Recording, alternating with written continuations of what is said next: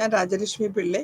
ഇന്ന് കൊച്ചിയിൽ നിന്ന് നമ്മൾ പരാമർശിക്കാൻ പോകുന്നത് BHIE 144 ചാപ്റ്റർ 15 യൂണിറ്റ് 15ഉം 16 ഈ യൂണിറ്റിൽ അതായത് അക്കൗണ്ട്സ് ആണ്. പലരും പല ഗ്രീക്ക്, ചൈനീസ്, അറബ്, പേർഷ്യൻസ് ആൾക്കാർ ഇന്ത്യ വിസിറ്റ് ചെയ്യുന്നതും അതിൻ്റെ കൂടെ ഇന്ത്യയിലത്തെ കാര്യങ്ങളൊക്കെയാണ് അവർ എഴുതിയിട്ടുള്ള ട്രാവലോഗിലും ക്രോണിക്കിൾസുമാണ് നമ്മൾ ഇന്ന് പരാമർശിക്കാൻ പോകുന്നത്. അതായത് ആദ്യമായിട്ട് പറയുകയാണെങ്കിൽ നമ്മുടെ പല ആൾക്കാരും ഇന്ത്യയിൽ വന്നിട്ടുള്ളത് റിലീജിയസ് കൺവേർഷൻ്റെയും pilgrim, ambassadors, generals, soldiers, merchants, immigrant settlers, ഇങ്ങനെ പലരും ഇന്ത്യയിൽ വരികയും അവരുടെ ഓർമ്മക്കുറിപ്പുകൾ അവർ എഴുതിയിട്ടുണ്ട്. അതിൽ ചിലതിൽ എക്സാജറേഷൻസ് ഉണ്ട്, ചിലതിൽ ഇമാജിനേറ്റീവ് ആയിട്ടുള്ള കാര്യങ്ങളൊക്കെ ഉണ്ട്. അതൊക്കെ ആയിരിക്കും നമ്മൾ ഇന്ന് പരാമർശിച്ച് പോകുന്നത്. അതിൽ നമ്മളിപ്പോൾ എടുത്തു പറയുന്നത് അലക്സാണ്ടേഴ്സിൻ്റെ അറ്റാക്ക് കഴിഞ്ഞിട്ടുള്ള ആ ടൈമിൽ ഗ്രീക്ക് റൈറ്റിങ്സിനെ പറ്റിയാണ് തുടക്കം കുറിച്ച് പോകുന്നത്. ഈ അലക്സാണ്ടറിൻ്റെ ഗ്രീക്ക് എക്സ്പ്ലോയിറ്റേഷൻ കഴിഞ്ഞ ശേഷം ഗ്രീക്കോ റോമൻ ക്രോണിക്കൽസിലേക്ക് ചില കാര്യങ്ങൾ, പ്രിൻസ് സാൻഡ്രോഫിൻ്റെ കാര്യങ്ങളൊക്കെ പറഞ്ഞിട്ടുണ്ട്. ഇത് മാത്രമല്ല, അങ്ങേര് ഗ്രീക്ക് അലക്സാണ്ടറിനെ മീറ്റ് ചെയ്തിട്ടുണ്ട് 326 BCE. പിന്നെ സർ വില്യം ജോൺസ് 18ാം നൂറ്റാണ്ടിൽ അതായത് ഐഡന്റിഫൈ ചെയ്യുന്നത് മൗര്യൻ എംപറർ ചന്ദ്രഗുപ്തനെ ഒരു ഫസ്റ്റ് ആയിട്ടുള്ള കാണിക്കുന്നുണ്ട്.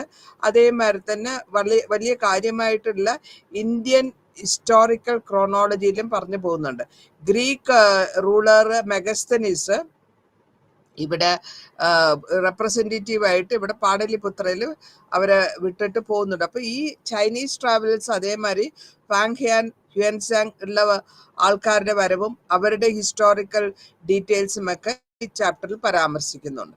ഇത് മാത്രമല്ല, നമ്മൾക്കറിയാൻ പറ്റുന്നത് ഇന്ത്യയുടെ കോണ്ടാക്ട്സ്, അതായത് അറബ് കോണ്ടാക്ട്സും അറബ് വേൾഡ്, ആ ഹരപ്പൻ കൾച്ചർ, ഇതിനെപ്പറ്റിയും ബഹ്റിനില്, മോഡേൺ ബഹ്റിനിലുള്ള ദുലൂഷം സിവിലൈസേഷൻ എന്നാണ് അതിന് പറയുക, അവരെ പറ്റിയും ജോഗ്രഫിക്കൽ നോളജ്, നാവിഗേഷണൽ സ്കിൽസ്, അതായത് കപ്പൽ നാവിഗേഷണൽ സ്കിൽസ് എന്ന് പറയുമ്പോൾ കപ്പലും കപ്പിത്താനും എന്നുള്ള ലെവലിൽ, അതായത് ഇന്ത്യൻ സീ കോസ്റ്റിൽ കൂടെ വന്നിട്ടുള്ള അറബ് ഇന്ത്യൻ എൻകൗണ്ടേഴ്സ്, അതേമാതിരി മെർച്ചന്റ് നാവിഗേറ്റേഴ്സ്, ഇവരെ പറ്റിയൊക്കെ രണ്ട് സിവിലൈസേഷനിലും കൾച്ചറൽ എക്സ്ചേഞ്ച് നടന്നിട്ടുള്ള രണ്ട് സിവിലൈസേഷൻ, അതായത് അറബിൻ്റെയും മുസ്ലിം കോളനീസും, അതേമാതിരി പെർട്ടിക്കുലർ ആയിട്ട് പറയുകയാണെങ്കിൽ നമ്മൾ മലബാറിലുള്ള മോപ്ലാസ് അവരുടെ, അതേമാതിരി ഗുജറാത്തിൻ്റെ സിന്ധ്, മുൾട്ടാൻ, ഇതൊക്കെ ഇതിൽ പരാമർശിച്ചു പോകുന്നു. അപ്പൊ നമുക്ക് ആദ്യമായിട്ട് എടുക്കാൻ പോകുന്നത് ഗ്രീക്ക് അക്കൗണ്ടാണ്. ഗ്രീക്കിൽ നിന്ന് ഗ്രീക്കിലെയും റോമനിലെയും ആൾക്കാരുടെ വാല്യൂ, അവരുടെ എഴുതിയിട്ടുള്ള കുറിപ്പുകളാണ് നമ്മൾ പറയുന്നത്. ഇന്ത്യൻ ഓഷ്യൻ ട്രേഡും അതിൽ കൂടി അവർ ഇന്ത്യയിലും ഫസ്റ്റ് ആൻഡ് സെക്കൻഡ് സെഞ്ചുറിയിൽ the Periplus of Iranian sea എന്നാണ് പറയുക ലിറ്ററിന്. അതിൽ ഗ്രീക്ക് റൈറ്റർ ഈജിപ്തിൽ സെറ്റിൽ ആയിട്ടുള്ള ആ ഗ്രീക്ക് റൈറ്ററും ഇന്ത്യൻ കോസ്റ്റ് ലൈനെ പറ്റിയും റോമൻ കോസ്റ്റ് ലൈനിനെ പറ്റിയും ഗൾഫിന്റെ പേർഷ്യൻ ഗൾഫ്, ഇന്ത്യൻ ഓഷ്യനൊക്കെ കൊടുത്ത് നമ്മൾ പരാമർശിക്കുന്നുണ്ട്. നമ്മുടെ ഗ്രീക്ക് ആൻഡ് ലാറ്റിൻ അക്കൗണ്ട്സിൽ Strabo, Arrian, Pliny the elder, ഇവരുടെ റൈറ്റിങ്സ്, റോമൻ നാച്ചുറലിസ്റ്റ്, ഫിലോസഫർ, നേച്ചറിന്റെ ഫിലോസഫർ, ഇങ്ങനെയുള്ള കാര്യങ്ങൾ ലാറ്റിനിലുള്ളത് 1ാമത്തെ സെഞ്ചുറിയിലാണ് നമ്മൾ കാണുന്നത്. അത് മാത്രമല്ല, ബൾക്കായിട്ടുള്ള ഗ്രീക്ക് റൈറ്റിംഗ് കാണുന്നത് ഇന്ത്യയുടെ സെക്കൻഡറി സോഴ്സ് ആയിട്ടാണ് നമ്മൾ ഇവിടെ പരാമർശിക്കുന്നത്. ഗ്രീക്സിന് നമ്മളുടെ ഇന്ത്യൻ ലാംഗ്വേജും കസ്റ്റംസും അതിൻ്റെ നെറേറ്റീവ്സും അത്രയ്ക്ക് അൺബിലീവബിൾ ഡീറ്റെയിൽസിലാണ് അവർ എഴുതി പോയിരിക്കുന്നത്. ഇനി ഇത് എടുത്തു പറയാൻ പോകുന്നത് മെഗസ്തനീസിനെ പറ്റിയാണ്. മെഗസ്തനീസ് എന്ന് പറയുമ്പോഴത്തേക്കും അലക്സാണ്ടറുടെ ജനറലായിരുന്നു, ഗ്രീക്ക് ആർമിയുടെ ജനറലായിരുന്നു. അതായത് സെലൂക്കസ് എന്ന് പറയും. അങ്ങനെ സെലൂക്കസ് നിക്കേറ്ററിന് ഇവിടെ തിരിച്ചു പോകുന്ന സമയത്ത് ഇവിടെ വിട്ടിട്ട് പോവാണ്, മാസിഡോണിയൻ എംപയറിലേക്ക് കൊണ്ടുപോകുന്നില്ല. ഇവിടെ ഇങ്ങേര് ഫസ്റ്റ് മൗര്യൻ കിങ് ആയ ചന്ദ്രഗുപ്ത മൗര്യയായിട്ട് ബാറ്റിൽ ഫീൽഡിൽ ഫേസ് ചെയ്യുന്നുണ്ട് 3005 BC. ഇതിനുശേഷം ഒരു ട്രീറ്റി അവർ സൈൻ ചെയ്യാണ്. ആ ട്രീറ്റിയിൽ കൂടെ കല്യാണത്തിന്റെ അലയൻസ് ആണ് വരുന്നത്. അപ്പൊ അവിടെ കല്യാണത്തിന്റെ അലയൻസും സെലൂക്കസ് മാരേജ് ചെയ്ത് കഴിയുമ്പോഴത്തേക്കും ചന്ദ്രഗുപ്ത 500 എലിഫൻസിനെയാണ് സെലൂക്കസിന് ഗിഫ്റ്റ് ചെയ്യുന്നത്. അത് കഴിഞ്ഞ് അപ്പോൾ റിട്ടേൺ ആയിട്ട് ചന്ദ്രഗുപ്തയ്ക്ക് ആ രാജ്യം എവിടെയൊക്കെ ബിയോണ്ട് റിവർ ഇൻഡസ് മുഴുവനും ചന്ദ്രഗുപ്ത ഭരിക്കാൻ വേണ്ടി സെലൂക്കസ് വിട്ടുകൊടുക്കുന്നു. അപ്പൊ മെഗസ്തനീസിന്റെ ഈ റൈറ്റിംഗില് സെലൂക്കസിന്റെ അംബാസഡർ ടു മൗര്യ കോർട്ട് എന്നുള്ള പാടലിപുത്രയിലാണ് അവിടെ വർഷങ്ങളോളം താമസിക്കും. അതിനുശേഷം ആ എൻട്രിയിൽ അല്ലെങ്കിൽ ആ മെമ്മറിയിലൊക്കെ കൊട്ടേഷൻസും റൈറ്റിങ്സും ഗ്രീക്ക് ക്രോണിക്കിൾസും ഇതൊക്കെ ചെറിയ ചെറിയ കഥകളായിട്ടാണ് നമുക്ക് കിട്ടുന്നത്. ഇൻഡിക്ക എന്നാണ് അതിന്റെ പേര്. മൗര്യൻ അഡ്മിനിസ്ട്രേഷനെ പറ്റിയും സൊസൈറ്റിയെ പറ്റിയും ഇക്കോണമിയെ പറ്റിയും പറഞ്ഞു പോകുന്നത്. മെഗസ്തനീസ് പാടലിപുത്രയിൽ കുറെ വർഷങ്ങൾ താമസിക്കുകയും അവിടുത്തെ വളരെ ഡിസ്റ്റിങ്വിഷ്ഡ് ആയിട്ടുള്ള കഥകൾ എഴുതുകയും, അതായത് ഈ ഗ്രീക്കിൽ ഇതില് പറയുന്നത് പാടലിപുത്ര എന്നല്ല, പാലി ബോറോത്ത എന്നാ പറയാ. അപ്പൊ അതിന് അവിടെ ആ സിറ്റിക്ക് പല ഗേറ്റ്സ് ഉണ്ടെന്ന് പരാമർശിക്കുന്നുണ്ട്. ആ സിറ്റിയിൽ കൂടെ 64 ഗേറ്റ് ഉണ്ട്. അതിൽ കൂടെ ഡോക്യുമെന്റ്സിൽ നമ്മൾ ഒരു 570 ടവേഴ്സ് ഉള്ള മാതിരിയും പരാമർശിക്കുന്നു. ഈ എക്സ്കവേഷൻസ് ഒക്കെ നടന്ന് അതിന്റെ പിക്ചേഴ്സ് ഒക്കെ നിങ്ങളുടെ പുസ്തകത്തിൽ ഉണ്ട്, അത് നോക്കിക്കൊള്ളുക. ഇത് കൂടാതെ നമ്മൾക്ക് പറയാൻ പറയുന്നത് അഡ്മിനിസ്ട്രേഷൻ മെഗസ്തനീസിന്റെ കാലഘട്ടത്തിൽ ഇന്ത്യയിൽ കൂടെ കൗഠല്യയുടെ അർത്ഥശാസ്ത്രം മാതിരി ഇവിടെ ആ അഡ്മിനിസ്ട്രേഷനെ പറ്റിയാണ് എടുത്തു പറയുന്നത്. ഇന്ത്യയിലും അർത്ഥശാസ്ത്രയിലും എലോബറേറ്റ് ആയിട്ടുള്ള മെക്കാനിസം ചന്ദ്രഗുപ്തയുടെ കാലഘട്ടത്തിൽ അഡ്മിനിസ്ട്രേറ്റീവ് മെക്കാനിസം എങ്ങനെയായിരുന്നു എന്ന് പറയുന്നു. മെഗസ്തനീസ് പറയുന്നു രാജാവിന് ഒരു കൗൺസിൽ ഓഫ് മിനിസ്റ്റേഴ്സ് ഉണ്ട്, അവര് കൂടാണ്ട് ഓഫീസേഴ്സ് ഉണ്ട്, ഇവരെല്ലാരും കൂടെയാണ് രാജ്യം ഭരിക്കുന്നത്. ഹൈ റാങ്കിങ് ഒഫീഷ്യൽസ് ഉണ്ട് കൗൺസിലേഴ്സ് ആയിട്ട്. അവരുടെ അഭിപ്രായത്തോടുകൂടി രാജാവിന്റെ വാക്കാണ് അവസാനത്തെ തീരുമാനം. എങ്കിലും അവര് കൗൺസിലിംഗ് അല്ലെങ്കിൽ രാജാവിനോട് അടുത്ത് ഇടപഴകിയും വേണ്ട കാര്യങ്ങൾ എടുത്തു പറയുകയും ചെയ്യുന്നുണ്ട്. മാത്രമല്ല പാടലിപുത്രയിൽ നമ്മൾ 6 കമ്മിറ്റി കാണുന്നു.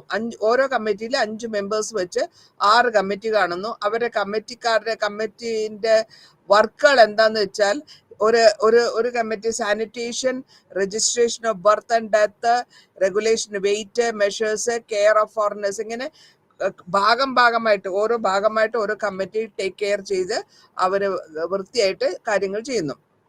ഇനി മെഗസ്തനീസ് ആർമീനെ പറ്റി എഴുതുന്നുണ്ട്. ഈ ആർമീനെ പറ്റി എഴുതുമ്പോൾ എക്സ്ട്രീം സൗത്തിലുള്ള ആർമീനെ പറ്റിയൊക്കെ മാസീവ് ആയിട്ടുള്ള ആർമി ഉണ്ടെന്നാണ് എഴുതിയിട്ടത്. കൗടല്യം അതേമാതിരി ഫോറസ്റ്റിനെ പറ്റിയും അർത്ഥശാസ്ത്രയില് പറഞ്ഞിട്ടുണ്ട്. വന, അരണ്യ എന്നൊക്കെ പേരിലാണ് ഇത് അറിയപ്പെടുന്നത്. മാത്രമല്ല എലിഫന്റ് ഇവിടെ ഈ ഫാക്ടില് കാറ്റഗറൈസ് ചെയ്തു വരുന്ന 2 തരത്തിലുള്ള ഫോറസ്റ്റ് ആയിട്ടാണ്. ഒരു ഫോറസ്റ്റ് ഹണി, ടിമ്പർ, ബാക്കിയുള്ള സാധനങ്ങൾ, ഹെർബ്സ്, ഫ്രൂട്ട്സ്, റൂട്ട്സ് ഇതൊക്കെ കിട്ടുന്ന മാതിരി. പിന്നൊന്ന് ഹസ്തിവന എന്ന് പറയും. ഹസ്തിവന എന്ന് വെച്ചാൽ അവിടെ നമ്മളുടെ എലിഫന്റിനെ, ഹസ്തി എന്ന് വെച്ചാൽ എലിഫന്റ് എന്നാണ്, എലിഫന്റിനെ പിടിച്ചിട്ട് അതിനെ ട്രെയിൻ ചെയ്യിച്ച് മിലിറ്ററി പർപ്പസിന് വേണ്ടി ഉപയോഗിക്കുന്നു. കൗടല്യം ഇതേമാതിരി തന്നെ സൂപ്രണ്ട് ഒരു ഒഫീഷ്യൽ ഉണ്ട്, സൂപ്രണ്ട് ആയിട്ട് ആണ് പറഞ്ഞിട്ടുള്ളത്. സേഫ് ഗാർഡ് ചെയ്യുന്ന ലൈവ്ലിഹുഡ്, അതായത് കാട്ടിലും അതേമാതിരി അതിന്റെ അടുത്ത് ഒക്കെ താമസിക്കുന്നവരുടെ കാര്യങ്ങളൊക്കെ നോക്കാൻ. അതേമാതിരി തന്നെ മൗര്യൻ ആർമിയിലെ 4 ലക്ഷത്തോളം സ്ട്രെങ്ത് ഉണ്ടെന്നാണ് മെഗസ്തനീസ് എഴുതിയിട്ടുള്ളത്. അപ്പൊ ഇങ്ങനെ നമ്മളുടെ മൗര്യൻ എംപറേഴ്സിന്റെ ഗ്ലാമറെ പറ്റി വലിയ കാര്യമായിട്ട് എഴുതുന്നുണ്ട്. അത് മാത്രമല്ല ആംഡ് ഫോഴ്സസിനെ മാനേജ് ചെയ്യുന്നത് 30 ഒഫീഷ്യൽസ് ആണ്. ആ 30 ഒഫീഷ്യൽസിൽ 6 വിങ് കമ്മിറ്റി ഉണ്ട്. ഓരോരുത്തർക്കും റെസ്പോൺസിബിൾ ആയിട്ടുള്ള ആൻസർ, അവരൊക്കെ രാജാവിനോട് ഉത്തരം പറയണം. Army, navy, cavalry, transport, chariots, elephant, ഇതാണ് 6 ഡിവിഷനായിട്ട് ആർമീനെ ഡിവൈഡ് ചെയ്തിരിക്കുന്നത്. പിന്നെ മെഗസ്തനീസ് ഇനി ട്രേഡ് ആൻഡ് കോമേഴ്സിനെ പറ്റി പറയുമ്പോൾ എല്ലാ വിധത്തിലും എക്സ്റ്റൻഷനായ വില്ലേജസിലുള്ള ട്രേഡ് നടക്കുന്നുണ്ട്, ട്രാൻസ്പോർട്ട് ഉണ്ട്, കമ്മ്യൂണിക്കേഷൻ നെറ്റ്വർക്ക് നല്ലതാണെന്ന് പറയുന്നു, ഇംപ്രൂവ്മെന്റ് കമ്മ്യൂണിക്കേഷൻ സിസ്റ്റത്തിനെ പറ്റി പറയുന്നു.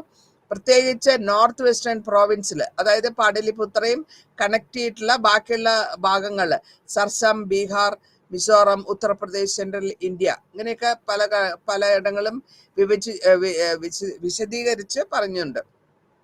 കൂടാതെ കൗട്ടില്യയും മെഗസ്തനീസും ഒരു റെഫറൻസ് കൺട്രോളർ എന്നുള്ള ലെവലിൽ ഒരു ടൈറ്റിൽ കൊടുത്ത് അവരത് എഴുതി, അതിനെപ്പറ്റിയും പരാമർശിച്ചിട്ടുണ്ട്. അതിൽ അവർക്ക് ഡ്യൂട്ടീസ് എന്താന്ന് വെച്ചാൽ ഫെയറിന്റെ എക്സ്ചേഞ്ച് ഐറ്റംസിനെ പറ്റിയും ഫിക്സ് ചെയ്യുക, പ്രൈസ് ഫിക്സ് ചെയ്യുക, മാനേജ് ചെയ്യുക, ചാനലൈസ് ചെയ്യുക, സർപ്ലസ് ആയിട്ടുള്ള കമ്മോഡിറ്റീസ് എന്ത് ചെയ്യണം എന്നുള്ളതാണ് അവർ പരാമർശിച്ച് പോകുന്നത്. കൂടാതെ ട്രേഡ് ലിങ്ക്സിൽ നോക്കുകയാണെങ്കിൽ നോർത്തിലും സൗത്തിലും മൗര്യൻ പീരീഡിൽ പാണ്ഡ്യൻ ടെറിട്ടറിനെ പറ്റി ഇൻഫോർമേഷൻ കൊടുക്കുന്നുണ്ട്. അത് മാത്രമല്ല അവിടെ ആ പാണ്ഡ്യൻ ഭാഗം അല്ലെങ്കിൽ Pandyan area ruled by woman എന്ന് പറയുന്നുണ്ട്. അപ്പൊ വുമൺ എന്ന് പറയുമ്പോഴത്തേക്ക് അതിന്റെ അർത്ഥം പാണ്ഡ്യൻ സൊസൈറ്റിയിലെ മാട്രിയാർക്കൽ, അതായത് മദർ സൈഡിന്റെ ക്രൗണിങ് ഉണ്ടായിരുന്നു എന്നുള്ളതാണ് അതിന്റെ അർത്ഥം. പിന്നെ അശോകൻ എഡിക്സിൽ കൂടെ പാണ്ഡ്യാസ്, ചോളാസ്, ചേരാസ് ഇവരുടെയൊക്കെ കഥകളെ പറ്റി പറഞ്ഞ് പരാമർശിച്ചു പോകുന്നുണ്ട്. മെഗസ്തനീസിൽ റെഫറൻസ് വരുന്നുണ്ട്. പിന്നെ വരുന്നത് നമ്മള് കാസ്റ്റിനെ പറ്റിയും 7 കാസ്റ്റ് ആയിട്ടാണ് പറഞ്ഞിട്ടുള്ളത്. പിന്നെ സ്ലേവറിനെ പറ്റിയും പറയുന്നുണ്ട്. 7 കാസ്റ്റ് എന്ന് പറയുമ്പോൾ ആദ്യത്തേത് philosophers, scholars, educators, councillors, military men, artisans, cultivators, herds and pastorals. ഇവരുടെ അഡ്മിനിസ്ട്രേഷനും അതേമാതിരി തന്നെ പല വിധത്തിൽ കാസ്റ്റ് എന്ന വിധത്തിലും അവരെ പറയുന്നു. കൗടില്യ ചില സ്ഥലങ്ങളിൽ പറഞ്ഞിട്ടുള്ളത് 4 വർണ്ണം, 4 വർണ്ണവും ആ ഡ്യൂട്ടി അതനുസരിച്ച് 4 വർണ്ണം. 4 വർണ്ണം എന്ന് പറയുന്നത് നമ്മളുടെ ബ്രാഹ്മിൻ, ക്ഷത്രിയ, വൈശ്യ, ശൂദ്രാണ്. അതനുസരിച്ചുള്ള വർക്കുകളും ഇതിൽ ഏറ്റവും കൂടുതൽ നോർമേറ്റീവായിട്ട് ഫ്രെയിം വർക്കില് ശാസ്ത്രത്തിൽ ഇതിനെപ്പറ്റി പരാമർശിച്ചിട്ടുണ്ട്. പിന്നെ വ്യത്യാസം എന്ന് വെച്ചാൽ ഈ ഡിഫറൻസ് എന്താ വെച്ചാൽ ഇവർ തമ്മിൽ റൈറ്റിങ്ങില് ഇഷ്യൂസ് സ്ലേവറിനെ പറ്റി മൗര്യൻ ഫേസില് ഒരു കോൺട്രവേഴ്സി ആയിട്ട് പറയുന്നുണ്ട്. മെഗസ്തനീസിന്റെ അക്കൗണ്ടിൽ അല്ലെങ്കിൽ മെഗസ്തനീസിന്റെ എഴുതിയിട്ടുള്ളതിൽ സ്ലേവിനെ പറ്റി പരാമർശിച്ചിട്ടില്ല. പക്ഷെ കൗട്ടില്യയുടെ എക്സ്പ്ലനേഷനിൽ നമുക്ക് എലോബറേറ്റ് ആയിട്ടുള്ള ഇവരുടെ സ്ലേവറി പറ്റിയും അതായത് അടിമകളെ പറ്റിയും അവരുടെ കാര്യങ്ങളും റെഗുലേറ്റ് ചെയ്യുന്നത് എന്താന്നൊക്കെ എടുത്തെടുത്ത് പരാമർശിച്ചിട്ടുണ്ട്. ഈ ഹിസ്റ്റോറിയൻസിൽ പറയുമ്പോൾ സ്ലേവ് എന്ന് പറയുന്ന മുഴുവനും ശൂദ്രാസ് ആണ്, അതായത് ലേബർ വർക്ക് ചെയ്യുന്നവരാണ് സ്ലേവ് ആയിട്ട് നമ്മൾ കാണുന്നത്. ബാക്കിയുള്ളവര് എക്സെപ്ഷണൽ സർക്കംസ്റ്റൻസിലാണ് ഹയർ വർണ്ണാസും അതേമാതിരിയുള്ള കൗട്ടില്യയുടെ ടേംസിലും അധികാരാസം അവിടെ ട്രീറ്റ്മെന്റ് എങ്ങനെയാന്നൊക്കെ കാണിച്ചു തരുന്നു. ഇനി നമ്മൾ മെഗസ്തനീസ് എഴുതിയിട്ടുള്ള റിലീജിയനെ പറ്റി പറയാം. റിലീജിയനിൽ നോക്കുമ്പോൾ റിലീജിയസ് സിനാരിയോയില് ഇവിടെ റെഫറൻസ് കൊടുത്തിട്ടുള്ളത് ശിവനെയാണ്. അർത്ഥശാസ്ത്രയിലും ശിവനും സംകാർഷണ എന്ന് പറഞ്ഞിട്ട് നമ്മൾക്ക് ഹിന്ദു പൈത്തോളജിയിൽ കാണുന്നത് പരാമർശിച്ചിട്ടുണ്ട്. മെഗസ്തനീസ് ഹെർക്കുലീസ് എന്ന് പറഞ്ഞിട്ട് വർഷിപ്പ് ചെയ്യുന്ന മധുര റീജിയനെ പറ്റിയും എടുത്തു പറയുന്നു. പിന്നെ നമുക്ക് പറയാൻ പറ്റുന്നത് മൾട്ടി ഫേസ് ആയ കൃഷ്ണ ഗുപ്ത പീരീഡിലുള്ള പുരാണിക് റിലീജിയനിലും കാണുന്നു. ഇതോടുകൂടി നമ്മൾ അടുത്ത റൈറ്റർ എന്നുള്ള ലെവലിൽ ചൈനീസിന്റെ അക്കൗണ്ട്സിലേക്കാണ് പോകുന്നത്. അവിടെ ചൈനീസ് റെക്കോർഡ്സിൽ ലോങ് ആയിട്ടുള്ള ലാൻഡ് റൂട്ടും ഇന്ത്യയിലേക്ക് വന്നതും അതേമാതിരി ഡെസേർട്ടും മൗണ്ടൻസും പ്ലാറ്റ്യൂസിനെയൊക്കെ പറ്റി പരാമർശിക്കുന്നു.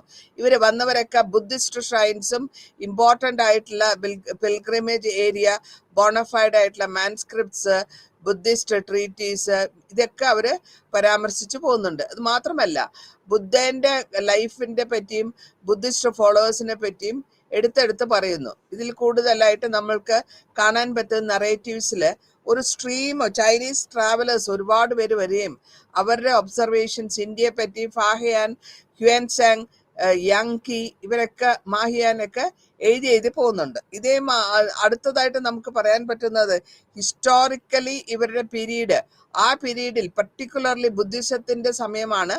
അപ്പൊ മഹായാന ബുദ്ധിസമാണ് ആ സമയത്ത് അവിടെ അവർ കാണുന്നതും അതിനെപ്പറ്റിയുള്ള ആർക്കിയോളജിക്കൽ എവിഡൻസിൽ ബുദ്ധിസ്റ്റ് മൊണാസ്ട്രീനെ പറ്റി ഐഡിയാസ് സൈറ്റ്സിനെ പറ്റിയൊക്കെ ഇന്ത്യൻ സബ് കോണ്ടില് പരാമർശിച്ചു പോകുന്നു.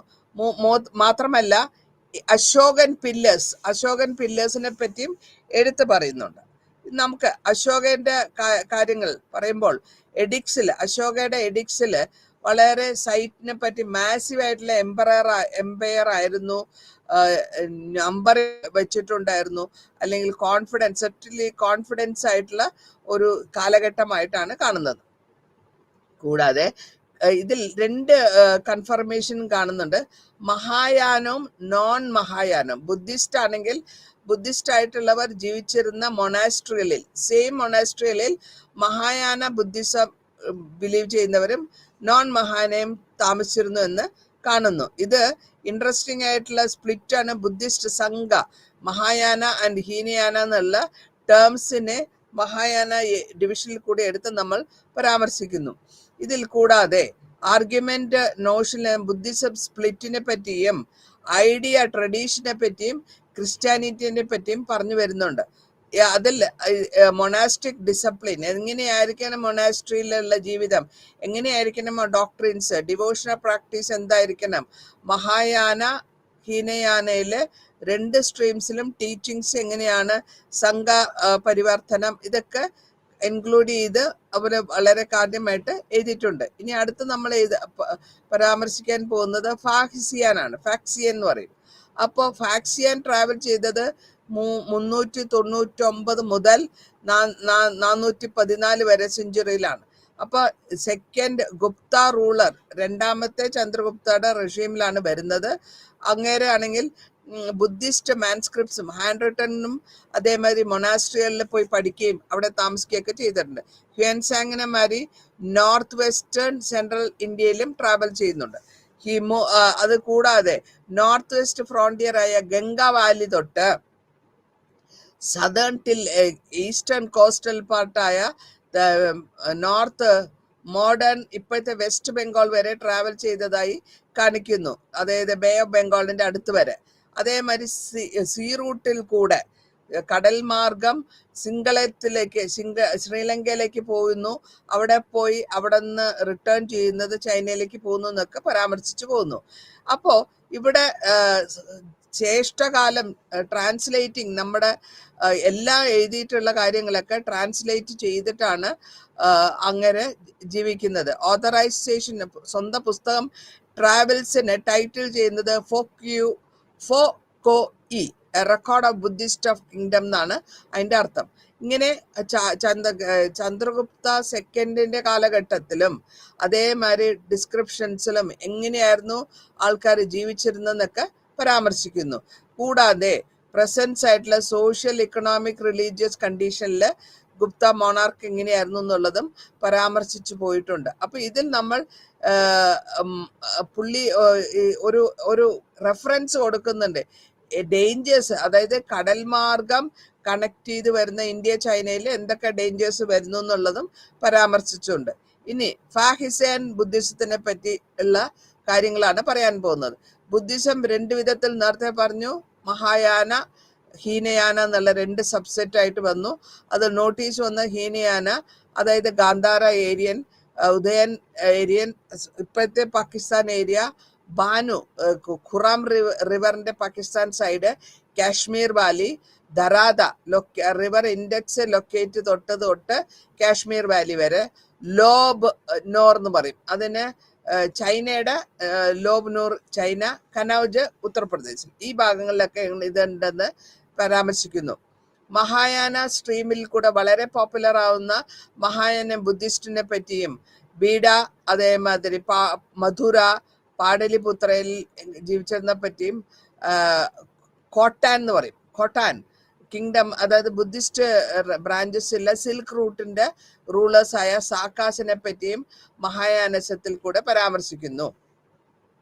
ഇതിൽ 5-6 സെഞ്ചുറിയിലാണ് മഹായാനത്തിനെ പറ്റി കൂടുതലായിട്ട് താന്ത്രിക് റിലീജിയൻ എന്നുള്ള ലെവലിൽ അതിനെ ഇൻഫ്ലുവൻസ് ചെയ്യുകയും സബ്സിക്വന്റ് ആയിട്ട് അതിന്റെ ജെനിറ്റ്സ് അല്ലെങ്കിൽ അതിന്റെ കണ്ടിന്യൂഷൻ ആയിട്ട് തണ്ടർബോൾട്ട് വെഹിക്കിൾ എന്നുള്ള ബുദ്ധിസം സ്ട്രെസ് ചെയ്തു പോകുന്ന മാജിക്കൽ റൈറ്റ്സ്, കൂടാതെ ഡിക്ലൈൻ എങ്ങനെയാണ് അത് നശിക്കാൻ കാരണം, ആരുടെ പാട്രണേജ് ഉണ്ടായിരുന്നു, സപ്പോർട്ട് എങ്ങനെ ഉണ്ടായിരുന്നു, അതായത് ഗ്രൂപ്പ് മെർക്കൻഡൈൽ ഗ്രൂപ്പ് അവർ സ്റ്റോപ്പ് ചെയ്തപ്പോൾ, അവരുടെ സപ്പോർട്ട് സ്റ്റോപ്പ് ചെയ്തപ്പോഴാണ് ഇത് താഴാൻ തുടങ്ങിയത്. ബുദ്ധിസ്റ്റ് മഠവും സംഘവും ഈ വരുന്ന ലാൻഡ് ലോർഡിന്റെ അല്ലെങ്കിൽ വില്ലേജിന്റെ എംപററുടെ കൺട്രോളിലാണ്, അവരാണ് മെയിൻറ്റെയിൻ ചെയ്തുകൊണ്ടിരുന്നത്. അങ്ങനെ ആ കാലഘട്ടത്തിലാണ് നമുക്ക് കാണാൻ പറ്റുന്നത് നളന്ദ എന്ന് പറഞ്ഞ കൾച്ചറൽ സെന്റർ.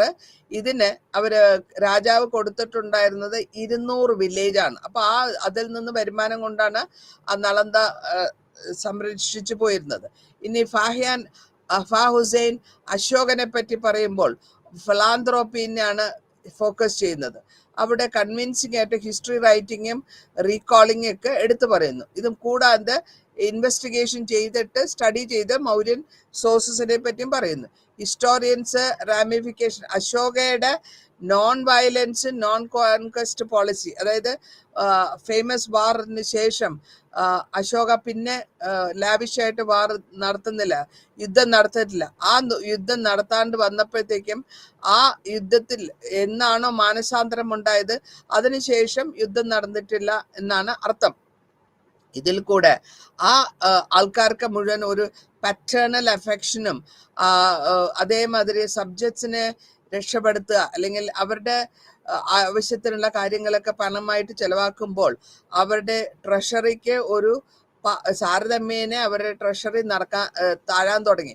അതേമാതിരി ഇവരെ തന്നെ ബുദ്ധിസ്റ്റിന്റെ ചാരിറ്റബിൾ ഫംഗ്ഷനൊക്കെ അശോകൻ ഒരുപാട് കൊടുത്തിട്ടുണ്ട്. അപ്പൊ അങ്ങനെ വന്നപ്പോൾ അവസാന കാലഘട്ടങ്ങളിൽ അശോകന് വളരെ ദരിദ്രമായിട്ടുള്ള ഒരു കണ്ടീഷൻ വന്നു എന്ന് നമ്മൾ മനസ്സിലാക്കുന്നു.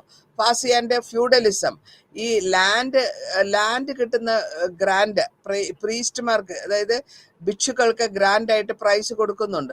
അത് റോയൽ ഓഫീസേഴ്സ് ഗുപ്ത പീരീഡിലാണ് അത് നടത്തിക്കൊണ്ടത്. അപ്പോൾ ഫ്യൂഡലിസം സെർവ്ഡം ആ സമയത്ത് തുടങ്ങുന്നു. ഹിസ്റ്റോറിയൻസ് ആർഗ്യൂ ചെയ്യുന്നുണ്ട് ഇന്ത്യൻ ഫ്യൂഡലിസം ഡീക്കേ ആയി തുടങ്ങി, അല്ലെങ്കിൽ അർബൻ സെറ്റിൽമെന്റ് വന്നു, ഡിക്ലൈൻ, ട്രേഡൊക്കെ അവസാനിച്ചു. അങ്ങനെ അവിടെ ഒരു പ്രോബ്ലംസ് വരികയും എക്സ്ചേഞ്ച് ചെയ്യാനുള്ള ബ്രാഹ്മിൻസിന് ഫേർണിഷ്ഡ് ഹൗസ്, വീടുകള്, ഫീൽഡ്, ഗാർഡൻ, ഇങ്ങനെയൊക്കെ കുറെ കാറ്റില് അവർക്ക് കൾട്ടിവേറ്റ് ചെയ്യാൻ നിലം, അങ്ങനെ വന്ന് അവിടെയാണ് ഈ നോർത്ത് ഇന്ത്യയിലെ പ്രശ്നങ്ങളായിട്ട് വരുന്നത്. പിന്നെ സെൻട്രൽ ഇന്ത്യയിലും ഗുജറാത്തിലും ഇതേമാതിരി ഒഡീഷയിലും കൾട്ടിവേറ്റേഴ്സിന് വേണ്ടതൊക്കെ കൊടുക്കുക എന്നുള്ള ലെവലിൽ വന്നപ്പോൾ പ്രാക്ടീസ്, അതായത് ഈ പ്രാക്ടീസ് ലാൻഡിനെ ബാക്കിയുള്ളവർക്ക് പ്രാക്ടീസ് കൊടുത്തിട്ടാണ് ഫസ്റ്റ് മില്ലേനിയലിൽ നമ്മൾ കാണുന്നതും. അതേമാതിരി തന്നെ സെമി സർഫായിട്ടുള്ള അല്ലെങ്കിൽ കൾട്ടിവേറ്റേഴ്സിന്റെ റോയൽ ലാൻഡ് എന്നുള്ള ലെവലിലേക്ക് കൊണ്ടുവരുന്നു. അപ്പൊ ഗുപ്ത കിങ്സ് മൗര്യ കൊട്ടാരത്തിലെ രാജാവിന്റെ കാലഘട്ടങ്ങളിൽ പ്രൊഫഷണലായ പ്രഖ്യാത പ്രശസ്തി, അതായത് പ്രൈസ് ചെയ്യുക, ഗ്ലോറിഫൈ ചെയ്യുക, സെലിബ്രേറ്റ് ചെയ്യുന്ന സമുദ്രഗുപ്തനെ പറ്റിയും സമുദ്രഗുപ്തയുടെ മിലിറ്ററി അപ്പാരറ്റസിനെ പറ്റിയും ഫാഹിയാൻ എടുത്തു പറയുന്നുണ്ട്. ഇത് കൂടാണ്ട് സാമന്താസ് എന്ന് പറഞ്ഞ ഫ്യൂഡേറ്ററീസ് എന്ന് പറയും, അവരുടെ കൺസിഡറബിൾ അതോറിറ്റി എന്തായിരുന്നു, എങ്ങനെയായിരുന്നു എന്നുള്ളതും ഗുപ്ത പറയുന്നു. ഗുപ്തന്റെ മിലിറ്ററി സ്ട്രെങ്തിനെ പറ്റിയും പറഞ്ഞു പോകുന്നുണ്ട്. ഇനി ഔട്ട്കാസ്റ്റിനെ പറ്റി പറയുമ്പോൾ ആരാണ് ഔട്ട്കാസ്റ്റ്? ഫാഹിയാൻ ഔട്ട്കാസ്റ്റിനെ പറ്റി എഴുതിയിട്ടുണ്ട്. അതിൽ ഔട്ട്കാസ്റ്റ് എന്ന് പറയുന്നത് നമ്മൾ ഉദ്ദേശിക്കുന്ന മാതിരി തന്നെ ഒരു നറേറ്റീവായിട്ട് വരുമ്പോൾ ചണ്ടാള എന്ന് പറയും. പോപ്പുലർലി നമ്മൾ ചണ്ടാലാസ് എന്നാ പറയാ. ബുദ്ധഭിക്ഷുക്കളുടെ ചണ്ടാല ശാസ്ത്രത്തിലൊക്കെ വരുന്നുണ്ട്. അൺടച്ചബിൾ ക്ലാസ് ആണ് അവരെ കാണുമ്പോഴത്തേക്കും, അല്ലെങ്കിൽ അവർക്ക് സിറ്റിയിൽ വരുമ്പോൾ അവര് വേറെ ആൾക്കാരെ പിന്നെ ഇന്ററാക്ഷൻ ചെയ്യാണ്ടിരിക്കുന്ന ഒരു മരത്തടി കൊണ്ട് സൗണ്ട് ഉണ്ടാക്കി ക്ലാപ്പ് ചെയ്താണ് ഇൻഡിവേഷൻ കൊടുക്കുന്നത്. അല്ല, കാരണം ഇവരുമായിട്ട് സമ്പർക്കം പുലർത്തിയാൽ ഹയർ ഗ്രൂപ്പുകാർക്ക് അവർക്ക് ഒരു പ്യൂരിഫിക്കേഷൻ എന്നുള്ള ഒരു റിച്വല് ചെയ്യേണ്ടി വരും. അതുകൊണ്ട് അൺടച്ചബിൾസിനെ, ചാണ്ടാളാസിനെ നെഗറ്റീവ് വേയിലാണ് ഇവിടെ പരാമർശിച്ചു പോകുന്നത്. ഇനി ഹുസൈൻ്റെ താങ്സിങ് ഹിസ്റ്റോറിക്കലി 1629 വരുന്നത് നേറ്റീവ് ലാൻഡിൽ നിന്ന് ട്രാവൽ ചെയ്തിട്ട് ഇന്ത്യൻ സബ് കോണ്ടിൽ 15 കൊല്ലത്തോളം താമസിക്കുന്നുണ്ട് ചൈനയിലേക്ക് തിരിച്ചു പോണതിന് മുമ്പ്. ആ കാലഘട്ടത്തിൽ ബുദ്ധിസം പഠിച്ചു, നളന്ദയിലെ ബുദ്ധിസത്തിനെ പറ്റി പഠിച്ചു. വളരെ വർഷങ്ങളോളം ഹർഷന്റെ കോർട്ടിൽ ജീവിച്ചു. ഹർഷന്റെ കാലഘട്ടത്തിൽ അവിടുത്തെ ഹിസ്റ്റോറിയൻ എന്നുള്ള ആർഡൻ സപ്പോർട്ടറാണ് ബുദ്ധിസത്തിന്റെ സംഘത്തിനെ പറ്റിയും ഒക്കെ വളരെ കാര്യമായിട്ട് ഫാസിയാൻ എഴുതുന്നുണ്ട്. അതായത് 19-ാം നൂറ്റാണ്ടിൽ കോളനികളിൽ എന്തൂസിയാസ്റ്റ് എക്സ്പ്ലോററായ സർ അലക്സാണ്ടർ കണിഹം വരികയും ബ്രിട്ടീഷ് ആർക്കിയോളജിസ്റ്റ് വരികയും ഇതിനെപ്പറ്റി സബ്സ്റ്റാൻഷ്യലായ സിഗ്നിഫിക്കൻ്റ് ആയ പരാമർശങ്ങൾ വരികയും ഈ ഡയറക്ടർ ജനറൽ എന്നുള്ള ആർക്കിയോളജിക്കൽ അലക്സാണ്ടർ വന്ന് 1871 അങ്ങേരെ director general archaeological survey of ഇന്ത്യയുടെ ഡയറക്ടർ ആവുകയാണ്. അപ്പൊ അതിൽ കൂടെ പല സൈറ്റും അല്ലെങ്കിൽ പല ക്ലാസിക്കൽ ക്രോണോളജിയും നമുക്ക് മനസ്സിലാക്കാൻ പറ്റും. ആദ്യ കാലഘട്ടങ്ങളിൽ അസോസിയേറ്റ് ചെയ്യുന്നത് തക്ഷശീല, അതേമാതിരി മണികല്യ, ഇങ്ങനത്തെ രാജ്യങ്ങളെ പറ്റിയും പാകിസ്ഥാന്റെ റാവൽപിണ്ടി, ഇപ്പോഴത്തെ പാകിസ്ഥാനിലെ റാവൽപിണ്ടി ഉണ്ടായിരുന്ന സ്തൂപത്തിനെ പറ്റിയും ഒക്കെ പരാമർശിച്ചിട്ടുണ്ട്. ഇൻവെസ്റ്റിഗേഷൻസ് ഷെർഷാ ധാരിന്റെ എന്തിനെ ടാക്സിലേന് വരുന്നത് ഇതിനെ പറ്റി എഴുത്തിൽ പരാമർശിച്ചിട്ടുണ്ട്. ഇനി കൂടാണ്ട് കുഷാൻ കിങ് ആയ കനിഷ്കയുടെ വളരെ മെമ്മറബിൾ ആയിട്ടുള്ള ബുദ്ധിസ്റ്റിന്റെ ലേണിങ്ങിനെ പറ്റിയും എടുത്തു പറയുന്നു. ഈ ബുദ്ധിസ്റ്റ് കോസില് മൾട്ടി സ്റ്റോറേഡ് ആയിട്ടുള്ള ടവർ പെഷവാറില് ഒരു ബുദ്ധന്റെ റിലിക്ക് വെച്ചിട്ട് ഉണ്ടാക്കിയിട്ടുണ്ട്. അതിനെ ഡിസ്ക്രിപ്ഷൻ സ്തൂപ എന്നുള്ള ലെവലിലാണ് ഹ്യുവൻസാങ് പറഞ്ഞിട്ടുള്ളത്. അപ്പൊ ഈ സ്ട്രക്ചറില് ഗ്രാഫിക് മെമ്മറിയിൽ കൂടെയും അൽബുറാനിയുടെ 11ാമത്തെ സെഞ്ചുറിയിലും ഏൻഷ്യന്റ് ആയിട്ടുള്ള പഴയതായിട്ടുള്ള ആർക്കിയോളജിക്കൽ എവിഡൻസിലും നമ്മൾ സ്തൂപാനെ പറ്റി പരാമർശിക്കുന്നു, വിഹാരനെ പറ്റി പരാമർശിക്കുന്നു. അതിൻ്റെ കൂടെ സ്തൂപ കൂടെ ഉണ്ട്. ഫിഗറേറ്റീവ് സ്ട്രക്ചർ, കല്ലിൽ തീർത്ത സ്ട്രക്ചേഴ്സും സ്റ്റഡ്കോവും അതേമാതിരി തന്നെ കനിഷ്കന്റെ റിലേ കുറ്റിയും പറഞ്ഞു പോകുന്നു. ഇനി ഹ്യുവൻസാങ്ങിന്റെ ബുദ്ധിസത്തിൽ പറയുകയാണെങ്കിൽ അവിടെ ബുദ്ധിസം 18 സെക്റ്റായിട്ട് മാറിയിട്ടുണ്ടെന്ന് പരാമർശിക്കുന്നു. അതേമാതിരി ഓൾഡ് സെന്റർ, ബുദ്ധിസത്തിന്റെ ഓൾഡ് സെന്ററൊക്കെ താഴ്ചയിലേക്ക് അല്ലെങ്കിൽ നശിക്കാൻ തുടങ്ങി. നളന്തയില് പോപ്പുലർ ആയിട്ടുണ്ടായിരുന്ന സമയത്ത് കൂടെയാണ് ഹ്യുവൻസാങ് പഠിച്ചിട്ടുള്ളത്. അപ്പൊ അങ്ങനെ ഹൗസിംഗ് ആയിട്ടും റിനൗണ്ട് ആയിട്ട് എസ്റ്റീംഡ് യൂണിവേഴ്സിറ്റി ആയിട്ടുള്ള ബുദ്ധിസ്റ്റ് ലേണിംഗ് ആണ്. അപ്പോൾ പറയുന്നു ഈ കാലഘട്ടത്തിൽ 10,000 സ്റ്റുഡൻസ് എല്ലാവരും ബുദ്ധഭിക്ഷുക്കളാണ് അവിടെ താമസിച്ചിരുന്നു. അവര് ബുദ്ധിസ്റ്റ് ഫിലോസഫി, മഹായാന ബുദ്ധിസത്തിനെ പറ്റി പരാമർശിച്ചു പഠിപ്പിച്ചിരുന്നു. ഈ ടെക്സ്റ്റിലും ഡിസ്ക്രിപ്ഷൻസിലും ഒക്കെ ആർക്കിയോളജിക്കൽ എവിഡൻസിനെ പറ്റിയും അവരുടെ കപ്പാസിറ്റി 10,000 എന്നുള്ളതും ഒക്കെ കാണുന്നുണ്ടെന്നാണ് നമ്മൾക്ക് മനസ്സിലാക്കാൻ സാധിക്കുന്നത്. ഇനി നമ്മൾ പറയാൻ പോകുന്നത് ഹർഷന്റെ പേട്രണേജ്, ബുദ്ധിസത്തിന് ഹർഷൻ പേട്രണേജ് കൊടുത്തതിനെ പറ്റി ഹ്യുവൻസാങ് പറഞ്ഞത് എങ്ങനെയാണ്. ഹർഷന്റെ കാലഘട്ടത്തിൽ ഹർഷ ഒരു ബുദ്ധിസ്റ്റ് ഫെയ്ത്ത് ആയിട്ട് മാറുകയും അതിനെ വേണ്ടി പ്രൊപ്പഗേറ്റ് ചെയ്തത് മഹായാന ബുദ്ധിസം. അതിൽ കൂടെ കനൌജില് ഒരു അറ്റൻഡ് ചെയ്ത് മീറ്റിംഗ് കോൺഫറൻസ് വയ്ക്കുന്നു. അതിൽ ഈ പുറത്തുനിന്ന് വന്ന ഹുസൈൻ ഭാസ്കരവർമ്മൻ, കിങ് ഓഫ് ഭാസ്കരവർമ്മൻ എന്ന് പറയുന്നത് കമരപ, അതായത് കമരപുര എന്ന് പറയുന്നത് ഇപ്പോഴത്തെ ആസാമാണ്. അതിന്റെ രാജാവായ ഭാസ്കരവർമ്മൻ, അതുകൂടാതെ 21 രാജ്യത്തിലെ രാജാക്കന്മാരും അവരുടെ ബുദ്ധിസ്റ്റ് സെക്റ്റും അറ്റൻഡ് ചെയ്തു എന്നുള്ളത് പറയുന്നു. ഇതിൽ കൂടാതെ ഓരോ കാലഘട്ടത്തിലും ഇമ്പോസ് ചെയ്യുന്ന മാർബലൈസ് ആയിട്ടുള്ള കൺസ്ട്രക്ഷനെ പറ്റി എടുത്തു പറയുന്നുണ്ട്. മാസീവ് ടവർ ഉണ്ടാക്കുക, അതിന്റെ ഐക്കൺ ബുദ്ധന്റെ പറ്റി, വെനിറേറ്റഡ് ആയിട്ടുള്ള സ്റ്റാച്യു, ഹോസ്റ്റ് ചെയ്തിട്ടുള്ള പബ്ലിക് ഡിന്നർ, ഇതിനെ പറ്റിയൊക്കെ ഹ്യുവൻസാങ് എടുത്ത് ഡോക്ട്രിൻസിലെ മഹായാന സ്കൂളിൽ എടുത്ത് പറയുന്നുണ്ട്. അപ്പൊ 1/4 5 days എങ്ങനെയാണ് എന്നുള്ള ഓപ്പണിംഗ് തുടങ്ങുന്നത് 5 ദിവസം. അതേമാതിരി തിയോളജിക്കൽ റൈവലറീസിനെ പറ്റിയും അസാസിനേഷനെ പറ്റിയും ഒക്കെ പറയുന്നു. ഹർഷ വളരെ ബുദ്ധിസ്റ്റ് പെർസ്പെക്റ്റീവില് ഗ്രേറ്റ് ടവർ എന്നുള്ള ലെവലിലും ഗോൾഡൻ ഇമേജ് ഫയറിൽ പിടിച്ചു അല്ലെങ്കിൽ ഹർഷ മെൻഷൻ ചെയ്തിട്ടുള്ളതും 500 ബ്രാഹ്മിൻസിനെ പറ്റിയും അവരെ എക്സിക്യൂട്ട് ചെയ്തു. അതായത് ആ അസാസിനേഷൻ പ്ലോട്ട് അവരാണ് ചെയ്തതെന്ന് പറഞ്ഞിട്ട് കുറെ പേരെ അസാസിനേഷൻ ചെയ്യുകയാണ്, അവരെ എക്സിക്യൂട്ട് ചെയ്തു. ബാക്കിയുള്ളവരെ നാടിൽ നിന്ന് പുറത്ത് കടന്നു എന്നുള്ളതാണ്, പുറത്തേക്കാക്കി എന്നുള്ളതാണ് പരാമർശത്തിൽ കൂടെ നമ്മൾക്ക് മനസ്സിലാക്കാൻ പറ്റുക.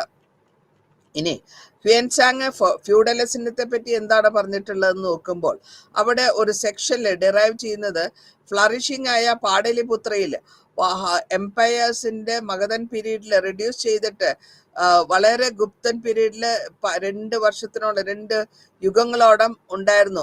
അത് കേസ് വന്നിട്ട് വൈശാലിയുടെ കാര്യങ്ങൾ എടുത്തു പറഞ്ഞു. ഹർഷന്റെ ഇമ്പോർട്ടൻസ്, കനൌജിന്റെ ഇമ്പോർട്ടൻസും പ്രയാഗയുടെ ഇമ്പോർട്ടൻസും എടുത്തു പറയുന്നു. ഹർഷന്റെ അഡ്മിനിസ്ട്രേഷനിലെ ഫ്യൂഡലും ഡീസെൻട്രലൈസ്ഡ് സപ്ലിമെന്റ് കൂടെ നമുക്ക് ഡിവൈഡ് ചെയ്യുന്ന ഹർഷന്റെ റവന്യൂ ഡിവൈഡ് ചെയ്ത 4 പാർട്ടാണ്. ആദ്യത്തെ ഭാഗം രാജാവിന്റെ എക്സ്പെൻസിന് വേണ്ടി, രണ്ടാമത്തെ ഭാഗം സ്കോളേഴ്സിന് അല്ലെങ്കിൽ പണ്ഡിതന്മാരെ പേട്രോണൈസ് ചെയ്യാൻ, അവരെ സഹായിക്കാൻ, മൂന്നാമത്തെ ഭാഗം എൻഡോവിങ് ആയിട്ടുള്ള ഓഫീസേഴ്സിനെയും പബ്ലിക് സർവൻസിനെയും വേണ്ടി, നാലാമത്തെ ഭാഗം റവന്യൂവിന്റെയാണ് അഡ്മിനിസ്ട്രേഷൻ ഞാൻ പറഞ്ഞു വരുന്നത്, റിലീജിയസ് ആയിട്ടുള്ള ആവശ്യത്തിന് വേണ്ടി ഉപയോഗിക്കുക എന്നുള്ള ലെവലിൽ അങ്ങനെ 4 വിധമായിട്ട് ഭരിച്ചിട്ടുണ്ട്. ഇനി ഹ്യൂൻസാങ്ങിന്റെ കാസ്റ്റ് സിസ്റ്റത്തിനെ പറയുകയാണെങ്കിൽ, അപ്പോൾ ഇവിടെ Brahmins Kshatriya leading simple life എന്നാണ് പറഞ്ഞിട്ടുള്ളത്. ഇത് കൂടാണ്ട് ഡീകാമറേഷൻ ഉണ്ട്, അതായത് upper caste status of the upper കാസ്റ്റിനെ പറ്റിയും എടുത്തു പറയുന്നു. മേജർ ആയിട്ടുള്ള സൊലാസില് നമ്മൾ കാണുന്നത് അവരുടെ ധർമ്മശാസ്ത്രത്തിനെ പറ്റിയിട്ടാണ്.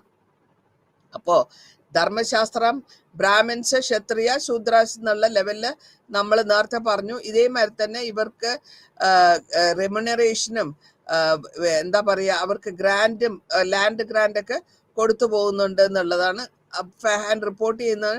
കണ്ടീഷൻ, അൺടച്ചബിൾസിന്റെ കണ്ടീഷൻ ആയിരുന്നു ഇത്തിരി മോശമായിട്ടുള്ളതും. എക്സിക്യൂട്ടേഴ്സും സ്കാവഞ്ചേഴ്സും ഒക്കെ ഈ അൺടച്ചബിൾസിലാണ് വരുന്നത്. അവര് താമസിക്കുന്നത് ലൈഫ് സെറ്റിൽമെന്റിന്റെ ഒക്കെ പുറത്തായിരിക്കുന്നു.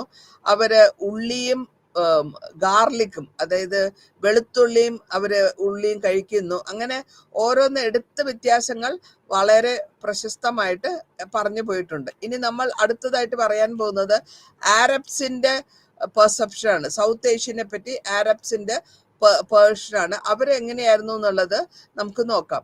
അപ്പൊ ഏർലിയസ്റ്റ് ആയിട്ട് വരുന്നത് അൽ ബൽദുറൈനിന്റെ ബാഗ്ദാദ് നാദിയം എന്നുള്ള അലിഫ അബ്സാദ് ഖലീഫ് അൽ മുക്ത എഴുതിയിട്ടുള്ളതാണ്. ഫെത്തഹ് ബൽദൻ ആണ് ഇതിന് പേര്. ഇത് എഴുതി വരുമ്പോ Arab powers, Arabia, Egypt, north Africa, Spain, Arab conquest ഉള്ള ഏരിയകളെ പറ്റി എടുത്തു പറയുന്നുണ്ട് വർക്കിൽ. അപ്പൊ ഇൻട്രസ്റ്റിംഗ് ആയിട്ട് നമുക്ക് നോക്കുമ്പോൾ ബാലദൂരി എന്ന് പറയും. ബാലദൂരി എന്താ, അറബ് റൈറ്റർ. ചച്ചനാമ എന്ന് പറഞ്ഞിട്ട് ഒരു ഇൻഫർമേഷൻ അറബ് കോൺക്വസ്റ്റില് സിന്ധില് കാണിക്കുന്നുണ്ട്. അൽബുറാനിന്റെ സിന്ധ് കമ്പയറിൽ ചച്ചനാമ വളരെ ബ്രീഫായിട്ട് പറഞ്ഞു പോകുന്നു. ഇനി സെയ്ദ് അൽ ദറാസിയില് ഇന്ത്യൻസിനെ റെസ്പെക്ട് ചെയ്തിട്ട് അവരുടെ നോളജിനെ പറ്റിയും നിസാം എഴുതിയിട്ടുണ്ട്. അപ്പോൾ ഈ കമ്മ്യൂണൽ പ്രസൻസും അതേമാതിരി റെസ്പെക്ട്, മുസ്ലിംസിന് ഇന്ത്യ മുള്ള റെസ്പെക്റ്റിനെ പറ്റിയും എടുത്തു പറയുന്നുണ്ട്.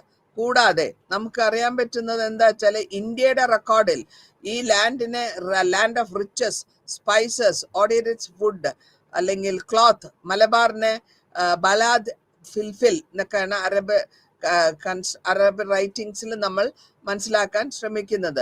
അരോമ നോമാൻ കൾച്ചറിനെ പറ്റിയും അൽ സിദ്ദി പറയുന്നു. കൂടാതെ നമ്മൾക്ക് മനസ്സിലാക്കാൻ പറ്റുന്നത് എന്താ വെച്ചാല്, സുലൈമാൻ പ്രൈസ് ചെയ്യുന്നുണ്ട്. വല്ലാഹി റാഹി ഗുജറാത്ത് റൂളറെ പറ്റി പ്രൈസ് ചെയ്ത് പറയുന്നു. ലിബറൽ പേട്രണേജ് കിട്ടി, ഫ്രീഡം എൻജോയ്, അറബ്സ് ആ കൺട്രിയിലെ അറബ്സിന് ഫ്രീഡം ഉണ്ടായിരുന്നു. മാത്രമല്ല വിസിറ്റ് ചെയ്തിട്ടുണ്ട്, ക്യാമ്പെ വിസിറ്റ് ചെയ്തിട്ടുണ്ട്. അങ്ങനെ അതിനെ പറ്റിയും അവിടെ ഉണ്ടായിരുന്ന മോസ്കിനെ പറ്റി, പള്ളീനെ പറ്റിയും, വെള്ളിയാഴ്ച പള്ളികളിൽ നടന്ന ലാർജ് നമ്പർ ആയിട്ടുള്ള പ്രേയേഴ്സിനെ പറ്റിയും ഇവിടെ എടുത്തു പറയുന്നുണ്ട്. കൂടാതെ നമുക്ക് അടുത്തതായിട്ട് നമ്മൾ പറയുന്നത് ഹിന്ദു സെക്ടിനെ പറ്റി, മകലിയ, അലധയ്യ, ചന്ദ്രമതി, ഇങ്ങനെ പല വിധത്തിലുള്ള ഹിന്ദു രജപുട്സിന്റെ ഇൻഫർമേഷൻസ് ഇവിടെ കാണാൻ പറ്റും. രാജാവിനോടുള്ള ലോയൽറ്റിയും അവരുടെ ഡിവോഷനെ പറ്റിയും എടുത്തു പറഞ്ഞിട്ടുണ്ട്. അപ്പോൾ ഇങ്ങനെ നമ്മൾ അണ്ടർ പ്രിവിലേജ് ആയ 2 കാറ്റഗറി വന്നത് സമാനി എന്നാണ്, ബുദ്ധിസ്റ്റും ബ്രഹ്മയാനി. ഇതിൽ കൂടാതെ ഗാഞ്ചസിനെ പറ്റിയും ഒക്കെ എടുത്ത് പറയുന്നുണ്ട്. അറബ് അക്കൗണ്ട്സില് ബ്രഹ്മ സിദ്ധാന എന്ന് പറയുന്ന ബ്രഹ്മഗുപ്തയുടെ ട്രാൻസ്ലേഷൻ ഇബ്രാഹിം ഫർസാനി കൊളാബറേഷനിൽ പണ്ഡിറ്റുമായിട്ട് കൊളാബറേഷനില് അൽ മൻസൂറിന്റെ കാലഘട്ടത്തിൽ എഴുതുന്നു. അതിന്റെ കൂടാണ്ട് അസ്ട്രോണമി, ഇന്ത്യൻ കോൺട്രിബ്യൂഷൻസ് എന്തൊക്കെയാണെന്നുള്ളതും പരാമർശിച്ചിട്ടുണ്ട്. അസ്ട്രോണമിയില്, മാത്തമാറ്റിക്സില്, മെഡിസിനില്, സ്കൾപ്ചറില്, കളർ പെയിന്റിങ്ങിൽ, ആർക്കിടെക്ചറില്, മ്യൂസിക്കിൽ ഇതിനെ പറ്റിയൊക്കെ എടുത്തെടുത്ത് പറയുന്നുണ്ട്. ഇനി നമ്മൾ കാണാൻ പോകുന്നത് സോഷ്യൽ ഈവിൽസിനെ പറ്റിയും സിവിയർ ആയിട്ടുള്ള ക്രിറ്റിസിസം ട്രാവലേഴ്സ് എഴുതിയിട്ടുണ്ട്. അതായത് ദേവദാസി സിസ്റ്റം ഇന്ത്യയിൽ ഉണ്ടായിരുന്ന ദേവദാസി സിസ്റ്റത്തിനെ പറ്റിയും സതീനെ പറ്റിയും എടുത്തു പറയുന്നു. ഈ കാലഘട്ടങ്ങളിൽ ഇങ്ങനെയുള്ള സോഷ്യലായിട്ടുള്ള പ്രോബ്ലംസ് സാൻസ്ക്രിറ്റിൽ അവരെഴുതിയിട്ടുള്ളതും അതേമാതിരി പ്രാക്ടീസ് ചെയ്യുന്നതിനെ പറ്റി പറയുന്നുണ്ട്. അതേമാതിരി സാൻസ്ക്രിറ്റ് ലിറ്ററേച്ചറിൽ കൂടെ നമ്മൾ അറബിക് വേർഡ്സിനെയും അറബ്സിന് ഹിന്ദു സെക്ടിനോടുള്ള എടുത്ത് പരാമർശിക്കുന്നു. ഇപ്പൊ ഇവിടെ നമ്മൾ എക്സാമ്പിളായിട്ട് പറയുകയാണെങ്കിൽ അൽഷർദീന്റെ അഗ്നിഗോത്രി എന്ന് പറഞ്ഞിട്ട് ഫയർ വർഷിപ്പേഴ്സിനെ പറ്റി പറയുന്നുണ്ട്. അതിൽ തന്നെ 3 ടൈപ്പായിട്ടാണ് റെക്കോർഡ് ചെയ്തിട്ടുള്ളത്. ബ്രാഹ്മണസിനെ 3 ടൈപ്പായിട്ടാണ് അഥർവ ഇൻ ഹ്യൂമൻ, അല്ലെങ്കിൽ അൽബുറാനിയിലെ ബുദ്ധിസത്തിലെ ക്ലോസ് ആയിട്ടുള്ള ബുദ്ധിസത്തിനെ പറ്റിയും എടുത്ത് ബോധിസത്വനെ പറ്റിയും പറഞ്ഞിട്ടുണ്ട്. 4 നോബിൾ ട്രൂത്ത്, നമ്മൾ നേരത്തെ തന്നെ ബുദ്ധമതത്തിൽ പറഞ്ഞിട്ടുള്ള 4 നോബിൾ ട്രൂത്തിനെ പറ്റി, അഷ്ടമാർഗ, 8 ഫോൾഡ് പാത്ത് ഓഫ് ബുദ്ധിസം, ഇതൊക്കെ ഈ അൽസറാനിയുടെ റൈറ്റിംഗ്സിൽ നമുക്ക് കാണാൻ പറ്റും. മാത്രമല്ല അവര് അൽസറാനിയുടെ ഇൻഫർമേഷനിൽ ഇന്ത്യൻ ആസ്ട്രോണമിനെ പറ്റി ക്വയറ്റ് ഡീറ്റെയിൽ ആയിട്ട് കൊടുത്തിട്ടുണ്ട്. ഇന്ത്യ ലാർജസ്റ്റ് ബെനിവലന്റ് പ്ലാനറ്റ് അല്ലെങ്കിൽ അത് ജൂപ്പിറ്റർ ആണ്, നോട്ട് സാറ്റർൺ ആണ്, അല്ലെങ്കിൽ സാറ്റർൺ അല്ല എന്ന് അൽസറാനി അടിച്ചു വരയിട്ട് പറയുന്നു. അപ്പൊ ഇങ്ങനെ നമ്മൾ ഈ ജോഗ്രഫിയിൽ കൂടിയും അവരുടെ ഇതിഹാസങ്ങളിൽ കൂടിയും ആ കാലഘട്ടങ്ങളിൽ നമ്മൾ പലതും കണ്ടുവരുന്നു. ഇവിടെ നമുക്ക് കാണാൻ പറ്റുന്നത് അവര് 2 മാപ്പ് വരെ ഉണ്ടാക്കുന്നുണ്ട്. എങ്ങനെയാണ് വന്നു പോകുന്നതെന്നുള്ളതിന് മാപ്പ് വരെ ഉണ്ടാക്കിയിട്ടുണ്ട്. അൽ കുൽഫിയും ചച്ചനാമയെ പറ്റി പറയുമ്പോൾ അവിടെ ചച്ചനാമ, അൽ കുൽഫി ചച്ചനാമയിലെ ഒരു അറ്റംപ്റ്റ് ആണ്. അതിൽ കൂടെ പുതിയ മുസ്ലിം അറബ് പോളിസിന് സിന്ധിലും മുൾട്ടാനും ഉള്ളതിനെ പറ്റി എടുത്തു പറയുന്നു. ഇവിടെ ആ മാൻസ്ക്രിപ്റ്റിൽ പൊസിഷനിൽ ക്വാസി ഓഫ് അലോർ ഇസ്മായിൽ ബിൻ അലി ബിൻ ഉസ്താദ് അൽഫക്കി ഇങ്ങനെ കമ്പയർ ചെയ്തിട്ടുള്ള അറബിക് മാൻസ്ക്രിപ്റ്റ് ആണ്. അതിൽ കൂടി കുൽഫി പറഞ്ഞു വരുന്നത് ടെക്സ്റ്റാണ്. പൊളിറ്റിക്കൽ ട്രഡീഷനെ പറ്റിയും ഒക്കെ എടുത്തു പറഞ്ഞു. മനാൻ അഹമ്മദ് എന്ന് പറഞ്ഞ അറബിക് മാൻസ്ക്രിപ്റ്റിലും ഈ മാതിരിയുള്ള കാലഘട്ടത്തിലുള്ള പൊളിറ്റിക്കൽ സിന്ധിലും പേർഷ്യനിലും സിന്ധിലുള്ള ലാൻഡ്സ്കേപ്പിനെ പറ്റി പഠിത്തുവന്നു. കുൽഫിന്റെ കച്ചനാമയിലെ ട്രാൻസ്ലേഷൻ ആണ്. അതിൽ അറബിന്റെ കോൺഗസ്റ്റും സിന്ധ് കോൺഗസ്റ്റ് ഒക്കെയാണ് എടുത്തു പറയുന്നത്.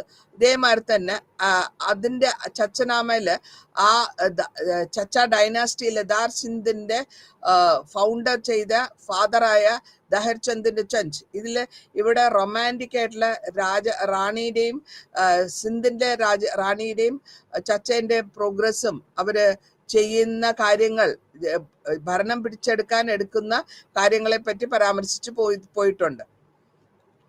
ഇനി ചച്ചനാമയില് നമുക്ക് കിട്ടുന്ന ലൈറ്റ് റിലേഷൻഷിപ്പ് ചച്ചയുടെയും റൂളേഴ്സിന്റെയും ബുദ്ധിസ്റ്റിനെയും പറ്റിയുമാണ്.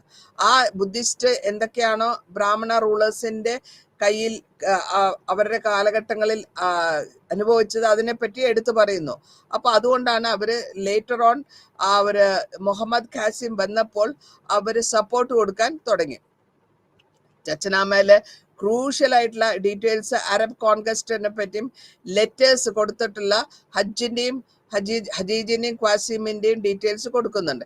ഈ ലെറ്റേഴ്സിൽ കൂടി ഡീറ്റെയിൽസ് ആയ ലെറ്റേഴ്സിൽ കൂടി കാസിം ഹജാജിന്റെയും ലെറ്റേഴ്സിൽ എക്സ്ചേഞ്ച് ഡെമോൺസ്ട്രേറ്റ് ചെയ്യുന്നത് അവരുടെ റിലീജിയസ് ഫ്രീഡത്തിനെ പറ്റിയാണ്. അപ്പോൾ പ്രത്യേകമായിട്ട് പറയുന്നു റിലീജിയസ് ഫ്രീഡത്തിൽ ഒരിക്കലും ഇന്റർഫിയർ ചെയ്യരുത് എന്ന് പറയുന്നുണ്ട്. ചച്ചനാമയില് ഇത് എടുത്ത് പറഞ്ഞിട്ടുണ്ട്. റിലീജിയസ് കാര്യങ്ങളിൽ തലയിടരുത് എന്നുള്ള ലെവലിലാണ് അവർ പറഞ്ഞിട്ടുള്ളത്. അപ്പോൾ ഇനി അടുത്ത് വന്ന അൽബുറാനിയുടെ റൈറ്റിംഗ്സിൽ കൂടെ നമുക്ക് മനസ്സിലാക്കാൻ പറ്റുന്നത് ഒരു ഗ്രേറ്റ് ആയിട്ടുള്ള ഫിലോസഫറും മാത്തമെറ്റീഷ്യനും അസ്ട്രോണമറും നാച്ചുറൽ സയന്റിസ്റ്റും ഫിലാന്ത്രോപ്പിസ്റ്റും ജോഗ്രഫറും ഹിസ്റ്റോറിയനും ഒക്കെയാണ്. അപ്പൊ ഇങ്ങരുടെ സോഴ്സസിൽ കൂടെ നമുക്ക് മനസ്സിലാക്കാൻ പറ്റുന്നത് എന്താ വെച്ചാൽ പല ഭാഷകളാണ്, ഭയങ്കര ഭാഷകളിൽ പ്രാവീണ്യമുള്ള Persian, Turkish, Hebrew, Armenian, Sanskrit ഭാഷകളൊക്കെ അറിയാവുന്ന ഒരു പേഴ്സൺ ആയിരുന്നു അങ്ങേര്. അപ്പൊ അതനുസരിച്ചിട്ട് ആ പേട്രണേജും ഇവിടെ കിട്ടിയിട്ടുണ്ട് നമുക്ക് മനസ്സിലാക്കാം. കൂടാതെ ആ അസോസിയേഷനായിട്ട് മുഹമ്മദ് ഓഫ് ഗാസിനായിട്ട് കമ്പൈൻ ചെയ്യുന്നു. ഇന്ത്യയിലെ 2 പ്രാവശ്യം 1022 സെഞ്ചുറിയിലും 26-ലും ഇവിടെ 13 കൊല്ലത്തോളം താമസിക്കുകയും കൂടാതെ സാൻസ്ക്രിറ്റ് ലേണിങ്ങിനെ പറ്റി മനസ്സിലാക്കി Sanskrit philosophy, science, religion, culture ബനാറസിൽ പഠിച്ചു. ആ കാലഘട്ടങ്ങളിൽ 180 വർക്കാണ് കമ്പോസ് ചെയ്തിട്ടുള്ളത്.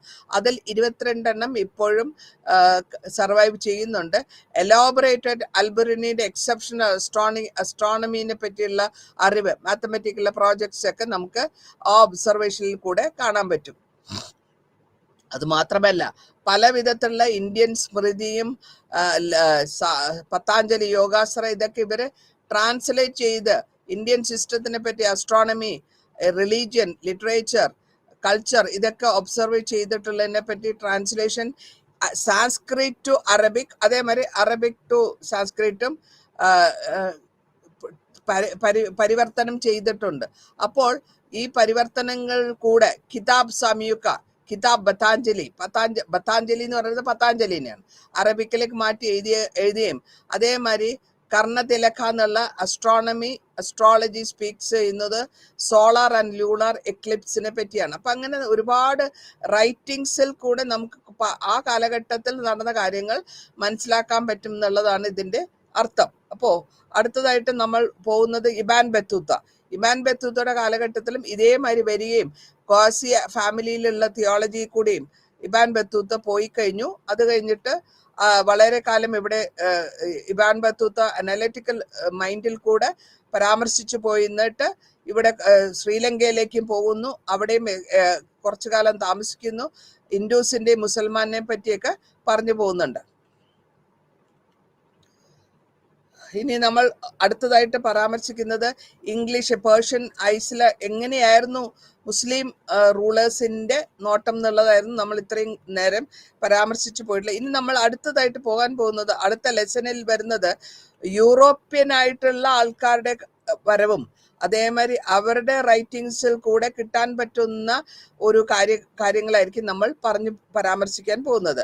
ഇതിൽ കൂടെ നമ്മൾ ആദ്യമായിട്ട് പറയുകയാണെങ്കിൽ നമുക്ക് എടുത്തു പറയാൻ പറ്റുന്നത്, നമ്മളുടെ യൂറോപ്യൻ ട്രാവലേഴ്സിൽ വരുമ്പോൾ ഈ 18-ാം നൂറ്റാണ്ടിൽ എന്തൊക്കെ വിധത്തിലുള്ള കാത്തലിക് പ്രീസ്റ്റിന്റെ വരവും അവരുടെ ആർട്ടിലറി, ട്രാൻസ്ലേഷൻ, ജ്വല്ലേഴ്സ് ഇതിനെ പറ്റിയായിരിക്കും പരാമർശിക്കുക.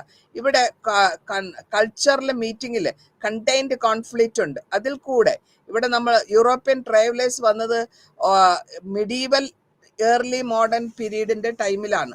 അപ്പോൾ അവരുടെ ഹിസ്റ്റോറിക്കൽ ആയിട്ടുള്ള വേൾഡിലി നോളജസ് ആണ് നമ്മൾ പറയാൻ പോകുന്നത്. അപ്പോൾ ഈ കാലഘട്ടത്തിൽ സോഷ്യോ കൾച്ചറൽ പൊളിറ്റിക്കൽ ട്രാവലേഴ്സിന്റെ വിവരവും നമുക്ക് കിട്ടുന്നുണ്ട്. അവരെന്തൊക്കെയാണ് എഴുതിയിട്ടുള്ളത് നോക്കുമ്പോൾ നമ്മൾക്ക് ഹാഫ് എ ഡസൻ എംപയേഴ്സ് പറ്റി പറയുന്നുണ്ട്.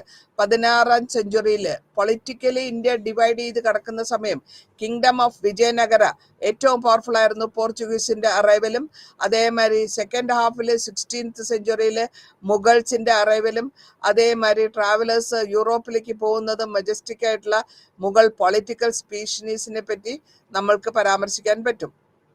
അതിൽ ഏറ്റവും കൂടുതലായിട്ട് പറയുമ്പോൾ അഫാൻസി നിക്കിറ്റിൻ, അതായത് അങ്ങേരെ റഷ്യൻ മർച്ചന്റ് ആണ്. നിക്കിറ്റിൻ റഷ്യൻ മർച്ചന്റ് ആണ്. ഇന്ത്യയിൽ 15-ാം നൂറ്റാണ്ടിന്റെ പാതിയിൽ വരുന്നു. പല വിധത്തിലുള്ള ബിസിനസിന്റെ ഇവിടെ ക്രെയിം ഹോമിൽ വരുന്നതും ട്രാവൽ ചെയ്തു. ട്രാവലോഗ് അങ്ങേരെ എഴുതിയിട്ടുള്ള ട്രാവലോഗിന്റെ പേരാണ് വോയേജ് ബിയോണ്ട് 3 seas. ഇതിൽ കൂടെ നമ്മൾക്ക് നിക്കിറ്റിൻ ട്രാവൽ ചെയ്തിട്ടുള്ള ഇന്ത്യയെ പറ്റിയും ജോയിന്റ് ആയിട്ടുള്ള പ്ലാൻസിനെ പറ്റിയും ഒക്കെ നമുക്ക് പരാമർശിച്ച് മനസ്സിലാക്കാൻ പറ്റുന്നുണ്ട്. അപ്പൊ ഈ ഗ്രൂപ്പിൽ കൂടെ ആ കാലഘട്ടത്തിൽ നടന്നിരുന്ന പേർഷ്യ എങ്ങനെയായിരുന്നു എന്നുള്ളതും അവിടുത്തെ ഹോഴ്സിനെ കൊണ്ടുവന്ന് ഹോർൺസിനെ പറ്റി, ഹോർൺസ് ഇന്ത്യയിലേക്ക് വരുന്നതിനെ പറ്റിയും പരാമർശിച്ചുണ്ട്. ഇന്ത്യയുടെ നിക്കിറ്റിന്റെ അഭിപ്രായത്തിൽ ഇന്ത്യയും അതിന്റെ ആൾക്കാരെ പറ്റി പറയുമ്പോൾ നമുക്ക് വളരെ നോട്ടീസബിൾ ആയിട്ടുള്ള, പ്രത്യേകിച്ചിട്ട് ക്ലോത്ത് ഹെഡിന്റെ അവിടെ റാണിയുടെ, പ്രിൻസിന്റെയും സാധാരണക്കാരുടെയും ഡ്രസ്സിങ്ങിനെ പറ്റി പരാമർശിച്ചു പോകുന്നു. കൂടാതെ ഹിന്ദു പോപ്പുലേഷനെ പറ്റി നിക്കിറ്റിൻ പറയുന്നു, ഇവിടെ മുസ്ലിം അല്ല, ക്രിസ്ത്യൻ അല്ല, ഞാൻ ജീസസിനെ പ്രേ ചെയ്യുന്ന ആളാന്ന് എടുത്തു പറഞ്ഞ് അങ്ങനെ ഒരു വിശ്വാസം ഇന്ത്യയിൽ ഉണ്ടായിരുന്ന ഡേറ്റിനെ പറ്റിയുള്ള വിശ്വാസങ്ങളും എടുത്തു പറയുന്നുണ്ട്. അതായത് അങ്ങേരെ പിൽഗ്രിമേജ് സൈറ്റ് ശ്രീശൈലം തുടങ്ങി പർവത് ജെറുസലേം ഓഫ് കാഫീസ് എന്നാണ് പറയുന്നത്. നിക്കേതൻ വലിയ വലിയ അമ്പലങ്ങളെ പറ്റി വലിയ കാര്യമായിട്ട് റിച്ച് ആയിട്ട് എഴുതിയിട്ടുണ്ടെങ്കിലും ആ അമ്പലങ്ങളെ പറ്റി വേഗമായിട്ടുള്ള അവതാരത്തിനെ പറ്റിയും എടുത്തു പറയുന്നു. ഇനി സിറ്റീസും കമേഴ്സ്യൽ ആക്ടിവിറ്റീസിനെ പറ്റി പറയുമ്പോൾ പല സ്ഥലങ്ങളും ചുനാർ, ബീഡാർ, ഗുൽബർഗ ഇതിനെ പറ്റിയൊക്കെ ബിസിനസിനെ പറ്റിയും എടുത്തു പറയുന്നുണ്ട്. കാലിക്കറ്റിനെ പറ്റി മെയിൻ പോർട്ടാണ്, അവിടെ ഡേഞ്ചേഴ്സും ഉണ്ട്. അതേസമയം അവിടുത്തെ പ്രൊഡക്ഷനായ സിനമൺ ഗ്ലോവ്സിനെ പറ്റിയും പരാമർശിച്ചു പോകുന്നുണ്ട്. നമ്മൾ ഇതിൽ കൂടെ നമ്മൾ അറിഞ്ഞു പോകുന്നത് അടുത്തതായിട്ട് വരുന്നത് നമുക്ക് പോർച്ചുഗീസ് ട്രാവലറായ ഡൊമിങ്കോ പേസിനെ പറ്റിയാണ് നമ്മൾ പരാമർശിക്കാൻ പോകുന്നത്. അപ്പോൾ ഡൊമിങ്കോ വിജയനഗർ എംപയറിൽ വരികയും 1520 തൊട്ട് 1522 വരെ കൃഷ്ണദേവരായയുടെ കാലഘട്ടത്തിലാണ് വരുന്നത്. അപ്പോൾ ആ കാലഘട്ടത്തിൽ അവിടുത്തെ ഫോർട്ടിഫിക്കേഷൻസ്, ഗേറ്റ്, സ്ട്രീറ്റ്, മാർക്കറ്റിന് എല്ലാം ഡീറ്റെയിൽ ആയിട്ട് പറയും. വിരുപാക്ഷ വിത്തലസ്വാമി ടെമ്പിൾ ഹംപിയിലുള്ളതിനെ പറ്റിയും കൊളോസിയൽ ബിസാറിനെ പറ്റിയും പായസ്, ഡൊമിങ്കോ പായസ് ഡീറ്റെയിൽ ആയിട്ട് മഹാനവമി ഫെസ്റ്റിവലെ പറ്റി നല്ല വൃത്തിയായിട്ട് ഡീറ്റെയിൽ ആയിട്ട് എഴുതിയിട്ടുണ്ട്. ക്യാപിറ്റലായ വിജയനഗര കിങ്ഡത്തിന്റെ ക്യാപിറ്റലിനെ പറ്റിയും പരാമർശിച്ചു പോകുന്നുണ്ട് PS.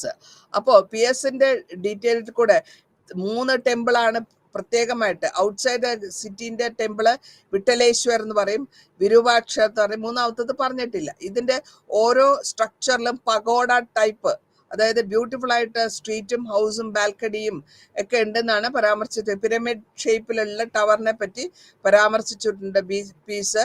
അതേമാതിരി തന്നെ പീസ് ഇൻഫർമേഷൻ ആയിട്ടുള്ള ടാങ്കിനെ പറ്റി, രാജ്യത്ത് ടാങ്കുകൾ അല്ലെങ്കിൽ ഇറിഗേഷൻ ചെയ്യാനുള്ള കാലഘട്ടത്തിൽ ഗാർഡനിൽ വെള്ളം കിട്ടാനുള്ള വഴികൾ ചെയ്തതിനെ പറ്റിയും പരാമർശിച്ചു പോയിട്ടുണ്ട്. കൂടാതെ ഹൗസ് ഓഫ് വിക്ടറി എന്ന് പറഞ്ഞിട്ട് ഫെസ്റ്റിവലിനെ പറ്റി പയസ് പറയുന്നു. അതിൽ 9 ദിവസത്തെ, നമ്മളുടെ സെപ്റ്റംബറിൽ തുടങ്ങുന്ന 9 ദിവസത്തെ വിശേഷങ്ങളെ പറ്റി എടുത്തു പറയുന്നു.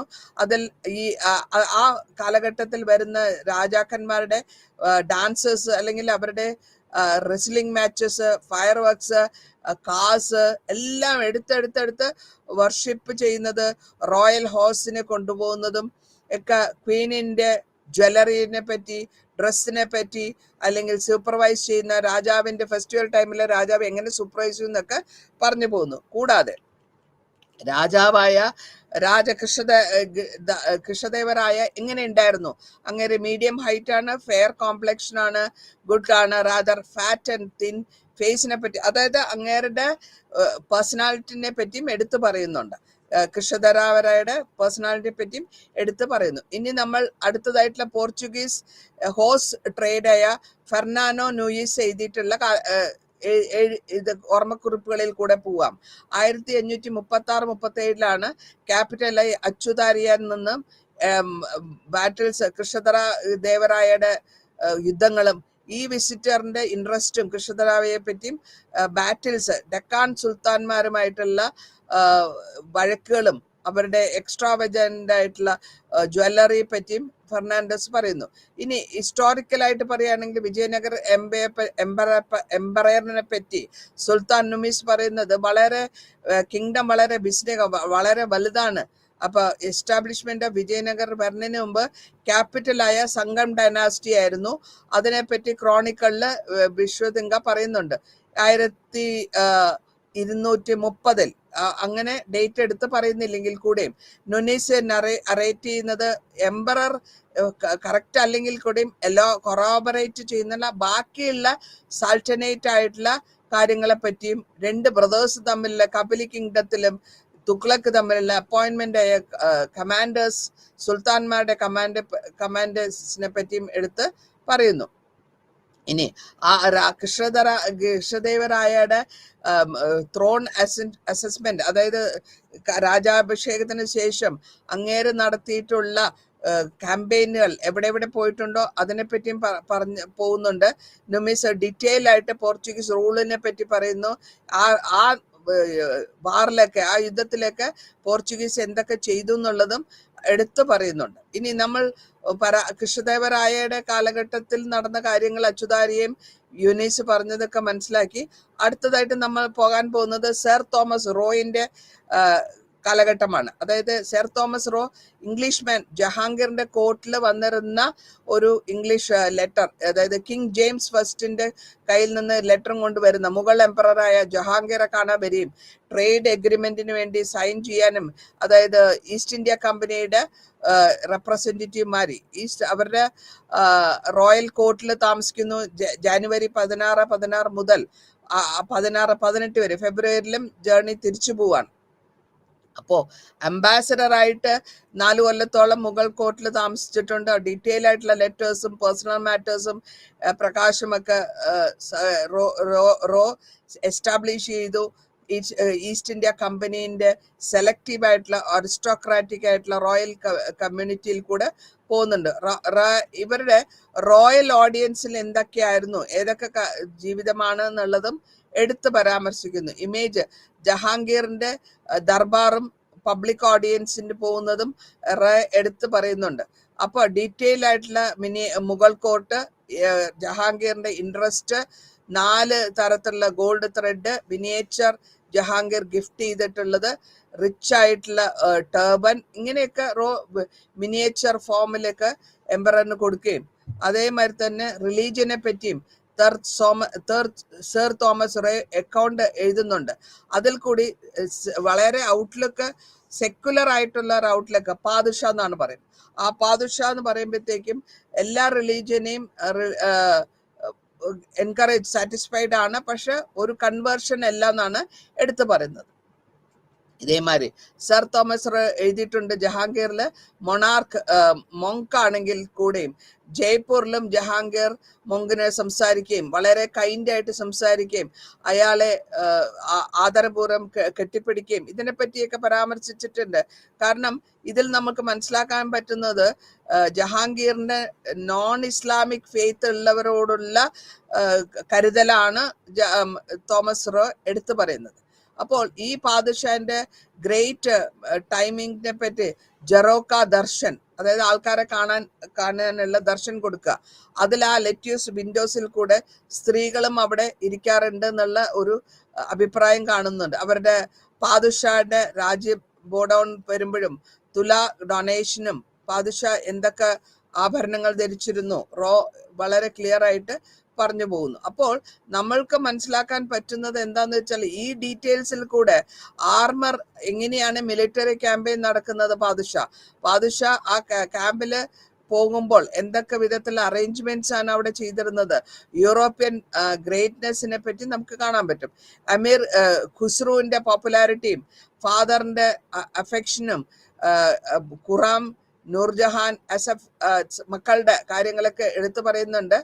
അപ്പോ ഈ ഇതിലൊക്കെ ഖുസ്രുവിന്റെ എഴുത്തിനെ പറ്റിയും പരാമർശിച്ചു പോകുന്നുണ്ടെങ്കിൽ കൂടെയും ആ വിസ്പർ ചെയ്യുന്ന കോർട്ടിനെ പറ്റിയും പറഞ്ഞു പോകുന്നു. ഇനി അടുത്ത് നമ്മൾ പറയാൻ പോകുന്നത് ഫ്രാൻസിസ്കോ പെലസാറ്റ്. ഇത് ഡച്ച് ഫാക്ടറാണ്, ഡച്ച് റെപ്രസെന്റേറ്റീവ് ആണ്. വളരെ ഇൻട്രസ്റ്റിംഗ് ആയ സോഷ്യൽ ആൻഡ് എക്കണോമിക് ടൈമിനെ പറ്റി പരാമർശിക്കുന്നു. ആ ഡച്ച് കമ്പനീന്റെ ഡീറ്റെയിൽസും അതേമാതിരി തന്നെ ഇവിടെ സിറ്റിയില് ആഗ്രയില് ട്രേഡിംഗ് ആക്ടിവിറ്റീസിനെ പറ്റി, അതേമാതിരി ഈസ്റ്റേൺ പാർട്ടിലുള്ള ഡച്ച് ട്രേഡ്, നോർത്ത് ഇന്ത്യയില് ബറൻപൂർ, ഗുജറാത്ത് കമേഴ്സ്യൽ സിറ്റിയിൽ എങ്ങനെയായിരുന്നു എന്നുള്ളതും റിലീജിയസ് പ്രാക്ടീസ് ഹിന്ദുസിന്റെ എന്തായിരുന്നു എന്നുള്ളതും പരാമർശിക്കുന്നുണ്ട്. മാത്രമല്ല മസലിപട്ടണം അവിടെ വിസിറ്റ് ചെയ്യും, അവിടുത്തെ ട്രെയിനിനെ പറ്റിയും നോർത്ത് വെസ്റ്റേൺ പാർട്ടിലുള്ള ഇന്ത്യർ സബ് കോണ്ടിനെ പറ്റിയും ഗുജറാത്തിനെ പറ്റിയും ഒക്കെ എന്തൊക്കെയാണ് ഗുജറാത്തിൽ ഉണ്ടാക്കിയിരുന്നത്, എന്തൊക്കെ റോ മെറ്റീരിയൽസ് അവർ പ്രൊഡ്യൂസ് ചെയ്തിരുന്നു, ബംഗാളിൽ നിന്നും മലബാറിൽ നിന്നും എന്തൊക്കെ കൊണ്ടുവന്നിരുന്നു എന്നൊക്കെ പരാമർശിക്കുന്നുണ്ട്. അപ്പോൾ ഇവിടെ നമ്മൾ പെസന്റിന്റെ റൈറ്റിംഗിൽസ് കൂടെ ട്രേഡിംഗ് സെന്ററും സെൻട്രൽ ഏഷ്യൻ ട്രേഡിങ്ങും മുൾട്ടാൻ, തട്ട എന്നുള്ള പല സ്ഥലങ്ങളിൽ ഫേമസ് ആയിട്ടുള്ള textile industry, sugar, sulphur, indigo ഇതൊക്കെ ട്രേഡിംഗ് ചെയ്തിരുന്നു എന്ന് മനസ്സിലാക്കുന്നു. അതുകൂടാതെ ഇവിടെ ട്രാവൽ ചെയ്തിട്ടുണ്ട് കാശ്മീരിലേക്ക്. കാശ്മീരിലെ അവിടുത്തെ മിസറബിൾ കണ്ടീഷനും അവിടുത്തെ ആൾക്കാരെ പറ്റിയും അതേമാതിരി കുങ്കുമപ്പൂവ്, സാഫ്രൺ അതേമാതിരി ബാക്കിയുള്ള ഫ്രൂട്ട്സ് ഉണ്ടാകുന്നതിനെ പറ്റിയും പരാമർശിക്കുന്നുണ്ട്. അപ്പോൾ ഇവിടെ നമ്മൾ ആഗ്രയിൽ ഡിസ്ക്രിപ്ഷനിൽ കണ്ടു ഓരോരുത്തരുടെ റിച്ച് ആയിട്ടും പുവർ ആയിട്ടുള്ള ആൾക്കാരുടെ വീടുകളെ പറ്റി, അവരുടെ ഫുഡ് ഹാബിറ്റ്സിനെ പറ്റി, റൂട്ട് ഏതൊക്കെയാണ്, ആഗ്രയിലെ സെന്റർ ഓഫ് പ്രൊഡക്ഷൻ എന്താണ്, അതിൽ കൂടെ എന്തൊക്കെ കൾട്ടിവേഷൻ എന്തൊക്കെയാണ് അവിടെ കാര്യമായിട്ട് നടക്കുന്നതെന്നും പറഞ്ഞും ഗുൽഖാസാനയില് പാലസ്, നൂർജഹാൻ ബേഗത്തിന്റെ പാലസിനെ പറ്റി, 2 ഗാർഡൻ, ചാർബാഗൻ, മോത്തി മഹൽ, ഇതിനെ പറ്റിയും എടുത്തു പരാമർശിക്കുന്നുണ്ട്. അവിടെ ആ ഓരോ എഡിഫിസിലും ഓരോ മഹലിലും ലേഡീസിന്റെ പ്ലേസിനെ പറ്റിയും മഖ്യാൻ മക്കിണി, അതായത് അക്ബറിന്റെ വൈഫും മദർ ഓഫ് ജഹാംഗീർ, അതേമാതിരി 3 മഹല്, അവരുടെ കൊട്ടാരങ്ങൾ, ഈസ്റ്റേൺ ഭാഗത്തിലുള്ള കൊട്ടാരങ്ങൾ, ജഹാൻപൂറിൽ പ്രൊഡ്യൂസ് ചെയ്യുന്നത് എന്താണ്, അപ്പൊ ഇങ്ങനെ എല്ലാ ഡീറ്റെയിൽസ് ആയിട്ടുള്ള വിവരങ്ങളാണ് ഈ എഴുത്തിൽ കൂടെ അവർ നമുക്ക് തരുന്ന ഡീറ്റെയിൽസ്. അപ്പൊ ഇവിടെ നമ്മൾ സ്പൈസ് ട്രേഡിനെ പറ്റി, അതായത് ആഗ്രയിൽ നിന്നുള്ള സ്പൈസ് ട്രേഡിനെ പറ്റി നമ്മൾ മനസ്സിലാക്കി വരുന്നുണ്ട്. അപ്പോൾ ഇവിടെ അണ്ടർസ്റ്റാൻഡ് ചെയ്യേണ്ടത് ഇന്ത്യൻ മർച്ചൻസ് കോമ്പീറ്റിംഗ് ആരായിട്ടാണ്, ഡച്ചുകാരുമായിട്ടാണ് സ്പൈസ് ട്രേഡിൽ കോമ്പറ്റീഷൻ വരുന്നത്. അപ്പോൾ ഈ സ്പൈസസ് ഒക്കെ മാർക്കറ്റിൽ ആഗ്രയിലുള്ളപ്പോൾ ഇവര് അഡ്വൈസ് ചെയ്യും ഡച്ച് കമ്പനിയോട് എങ്ങനെയാണ് ഓർഗനൈസ് ചെയ്യേണ്ടത്, ട്രേഡ് എങ്ങനെയാണ് ഓർഗനൈസ് ചെയ്യേണ്ടത്, മാക്സിമം പ്രോഫിറ്റ് എത്ര കിട്ടാൻ പറ്റും, എങ്ങനെയാണ് ബിസിനസ് ഇന്ത്യൻ ടെക്സ്റ്റൈൽസും ഇൻഡിഗോവും ചെയ്യേണ്ടതൊക്കെ അവർ പറഞ്ഞ് മനസ്സിലാക്കുകയും പരസ്പരം ഷെയർ ചെയ്യുകയും ചെയ്യുന്നു. അതേമാതിരി തന്നെ സോഷ്യൽ കണ്ടീഷനെ പറ്റിയും ഫോക്കസ് പറഞ്ഞിട്ടുണ്ട്. അതായത് 3 ക്ലാസ് വർക്ക്മെൻ ആണ് ഇന്ത്യയിലുള്ളത്, ആർട്ടിസൻസ്, സെർവൻസ്, ഷോപ്പ് കീപ്പേഴ്സ്. അതിൽ 2 വർക്കേഴ്സിന് പ്രോബ്ലം വുമൺ വർക്കേഴ്സിന് ഫേസ് ചെയ്യുന്ന പ്രോബ്ലം ലോവർ വേജസും, അല്ലെങ്കിൽ നിർബന്ധമായിട്ട് ഗവർണറുടെയും നോബിളുടെയും കൊട്ടുവാളുടെയും കാര്യങ്ങളിൽ അവർക്ക് വളരെ കുറച്ച് സാലറി കിട്ടുക, അല്ലെങ്കിൽ റെമ്യൂണറേഷൻ ഇല്ലാണ്ട് വർക്ക് ചെയ്യുന്ന ഒരു സിറ്റുവേഷൻ ഉണ്ടെന്നുള്ളതൊക്കെ അവിടെ ഡ്യൂട്ടീസ്, അവരുടെ ഡ്യൂട്ടിയിൽ കൂടെ അത് പരാമർശിച്ചു പോകുന്നു. അടുത്തതായിട്ട് നമ്മൾ പറയാൻ പോകുന്നത് ജീൻ ബാപ്റ്റിസി ദെർനിവർ ആണ്. ഇത് ഫ്രഞ്ച് ട്രാവലറാണ്. അതായത് 17ാമത്തെ സെഞ്ചുറിയിൽ ജ്വല്ലറാണ്. പ്രൊഫഷൻ പ്രകാരം ഷാജഹാന്റെ സമയത്താണ് എത്തുന്നത്. അവിടെ 7 ട്രിപ്പ് പല പ്രാവശ്യമായിട്ട് വന്നിട്ടുണ്ട്. 2 ട്രിപ്പിലും തൻവീർ പല കാര്യങ്ങളും ചെയ്തിട്ടുണ്ട്. ഈ കാലഘട്ടത്തിൽ കൂടെ നമ്മൾ ഈ ഓരോ കാലഘട്ടത്തിൽ വരുന്നവർ അവർക്ക് മനസ്സിലാക്കാൻ പറ്റുന്നതൊക്കെ ട്രേഡിനെ പറ്റിയും എല്ലാം എഴുതുമ്പോൾ അവര് ജൈനാബാദിലും ഔറംഗസീബിനെ കണ്ടതും ബാദുഷയ്ക്ക് കൊടുത്ത പ്രഷ്യസ് ആയ ജ്വൽസിനെ പറ്റിയും, അതേമാതിരി തന്നെ ഇവിടെ റിമെമ്പർ ചെയ്യാവുന്നത് ഇവിടുത്തെ ഒബ്സർവേഷൻ, ആൾക്കാരുടെ സ്റ്റഡിയും അതിനെപ്പറ്റിയുള്ള കാര്യങ്ങളും ഒരു ബിസിനസ്മാന്റെ കണ്ണിൽ കൂടെ എങ്ങനെ വരുന്നു എന്നുള്ളതും ട്രേഡ് ബാർഗെയിൻ ചെയ്യുന്നതിനെ പറ്റിയും പരാമർശിച്ചു പോകുന്നു. മണി ലെൻഡേഴ്സിനെ പറ്റി, സറഫ്സിനെ പറ്റി പരാമർശിച്ചു പോകുന്നു. അപ്പൊ ഇങ്ങനെ നമ്മൾ ഓരോ ട്രാവലേഴ്സും, രൺബീർ കോൺസ്റ്റന്റ് ആയിട്ട് ട്രാവൽ ചെയ്തിട്ടുണ്ട്, പേട്രണേജ് ചെയ്തിട്ടുണ്ട്, ഫ്രാൻസും പേഷ്യയും. ഇതുകൂടാതെ ഓരോ ഓഫീഷ്യൽസിന്റെ റോയൽ കോർട്ടിൽ ഇരിക്കുകയും സംസാരിക്കുകയും അപ്രീഷിയേറ്റ് ചെയ്യും. റോയൽ ട്രഷറിനെ പറ്റി, കോഹിന്നൂർ, നമ്മുടെ ഫേമസ് ആയ കോഹിന്നൂർ കാണാൻ പറ്റി, അതിന്റെ പറ്റി ഡീറ്റെയിൽസിന് മുഗൾ റൂളേഴ്സിന്റെ പറ്റിയും സാസ്ഥാനെ പറ്റിയുമൊക്കെ മെർജുല എന്ന് പറഞ്ഞ ഒരു എക്സംപ്ലറി മെത്തേഡ്സിൽ കണ്ടക്ട് ചെയ്യുന്നതിനെ പറ്റിയും ജാഹിർ പരാമർശിച്ചു പോകുന്നു. ഇതിൽ കൂടെ മാത്രമല്ല ഈ ഓരോ മുഗൾ കോർട്ടിലും മിലിറ്ററി സിസ്റ്റത്തിനെ പറ്റിയും അവരുടെ ഡീറ്റെയിൽ ആയിട്ടുള്ള ഒഫീഷ്യൽ ആയിട്ടുള്ള വർക്കിനെ പറ്റിയും പരാമർശിച്ചിട്ടുണ്ട്. അപ്പൊ ടെമ്പിളിനെ പറ്റിയും പരാമർശിക്കുന്നത്, ജഗന്നാഥപുരി ടെമ്പിൾ, വിശ്വനാഥ് ടെമ്പിൾ, ഇതിനെപ്പറ്റി അവരുടെ കൺസ്ട്രക്ഷനെ പറ്റിയും ഡിസ്ക്രൈബ് ചെയ്യുന്നുണ്ട്. കൂടാതെ ബ്രാഹ്മിണി കിങ്ഡം എങ്ങനെയാണ് എമർജൻസ് ആയതെന്ന് എടുത്ത് പറയുന്നുണ്ട്. ഇനി ഫ്രാൻസിസ്കോ ബെർണിയർ എന്ന് പറഞ്ഞിട്ട് നമ്മളുടെ അടുത്ത ഏഷ്യാറ്റിക് ലെവലിൽ വരുന്ന ഒരു റൈറ്റിംഗർ ആണ്. അതിൽ കൂടെ നമ്മൾ അറിയാൻ പോകുന്നത് ഇവിടെ യൂറോപ്യൻ ഫോർമൽ എഡ്യൂക്കേഷൻ എടുത്ത് ഇവിടെ പഠിച്ചു, വളരെ കാര്യമായിട്ട് ട്രാവൽ ചെയ്തിട്ടുണ്ട്, ജർമ്മനി, ഇറ്റലിയൊക്കെ. അതിനുശേഷം ബെർണർ ഫ്രാൻസിലേക്ക് പോവുകയും ഫർദർ ആയിട്ടുള്ള ഡിവിഡൻസ് കാണുകയും ഫ്രാൻസിനെ പറ്റിയും voyage Jeddah to Mocha Red Sea 1658 പോയതിനെ പറ്റിയും പരാമർശിക്കുന്നു. അപ്പൊ ഇങ്ങനെ നമ്മൾ ഈ മുഗൾ കാലഘട്ടത്തിനെ പറ്റി പറയുകയാണെങ്കിൽ ഡെസ്പോട്ടിക് റൂളേഴ്സ് എന്നാണ് അവര് മുഗൾ റൂളേഴ്സിനെ പറ്റി പറഞ്ഞു പോകുന്നത്. കണ്ടീഷൻ ഇന്ത്യയില് കോമേഴ്സിലും അതേമാതിരി തന്നെ ഉള്ള ഇവിടെ വന്നിരുന്ന പ്രൈവറ്റ് പ്രോപ്പർട്ടി എങ്ങനെയായിരുന്നു, ബാദുഷാ എങ്ങനെ ജാഗീർ സിസ്റ്റത്തിനെ പറ്റി പറഞ്ഞു പോകുന്നുണ്ട്. അപ്പൊ ഇങ്ങനെ നമ്മൾ നിക്കോളോ മെക്കാനി, അത് വെനീസിൽ ഇറ്റലിയിൽ നിന്ന് വന്നിട്ടുള്ള ട്രേഡറാണ്. അങ്ങേരെ 1659 മുതൽ 56 വരെ വന്നു പോയിരുന്നു. ധാരയുടെ കാലഘട്ടത്തിലാണ്. അങ്ങേരുടെ എക്സ്പ്ലനേഷനിൽ കൂടെ നമുക്ക് മനസ്സിലാക്കാൻ പറ്റുന്നത് ആ ദാൽക്കനിയുടെ മരണവും അതിനെ പറ്റിയുള്ള വിശേഷങ്ങളുമായിരിക്കും.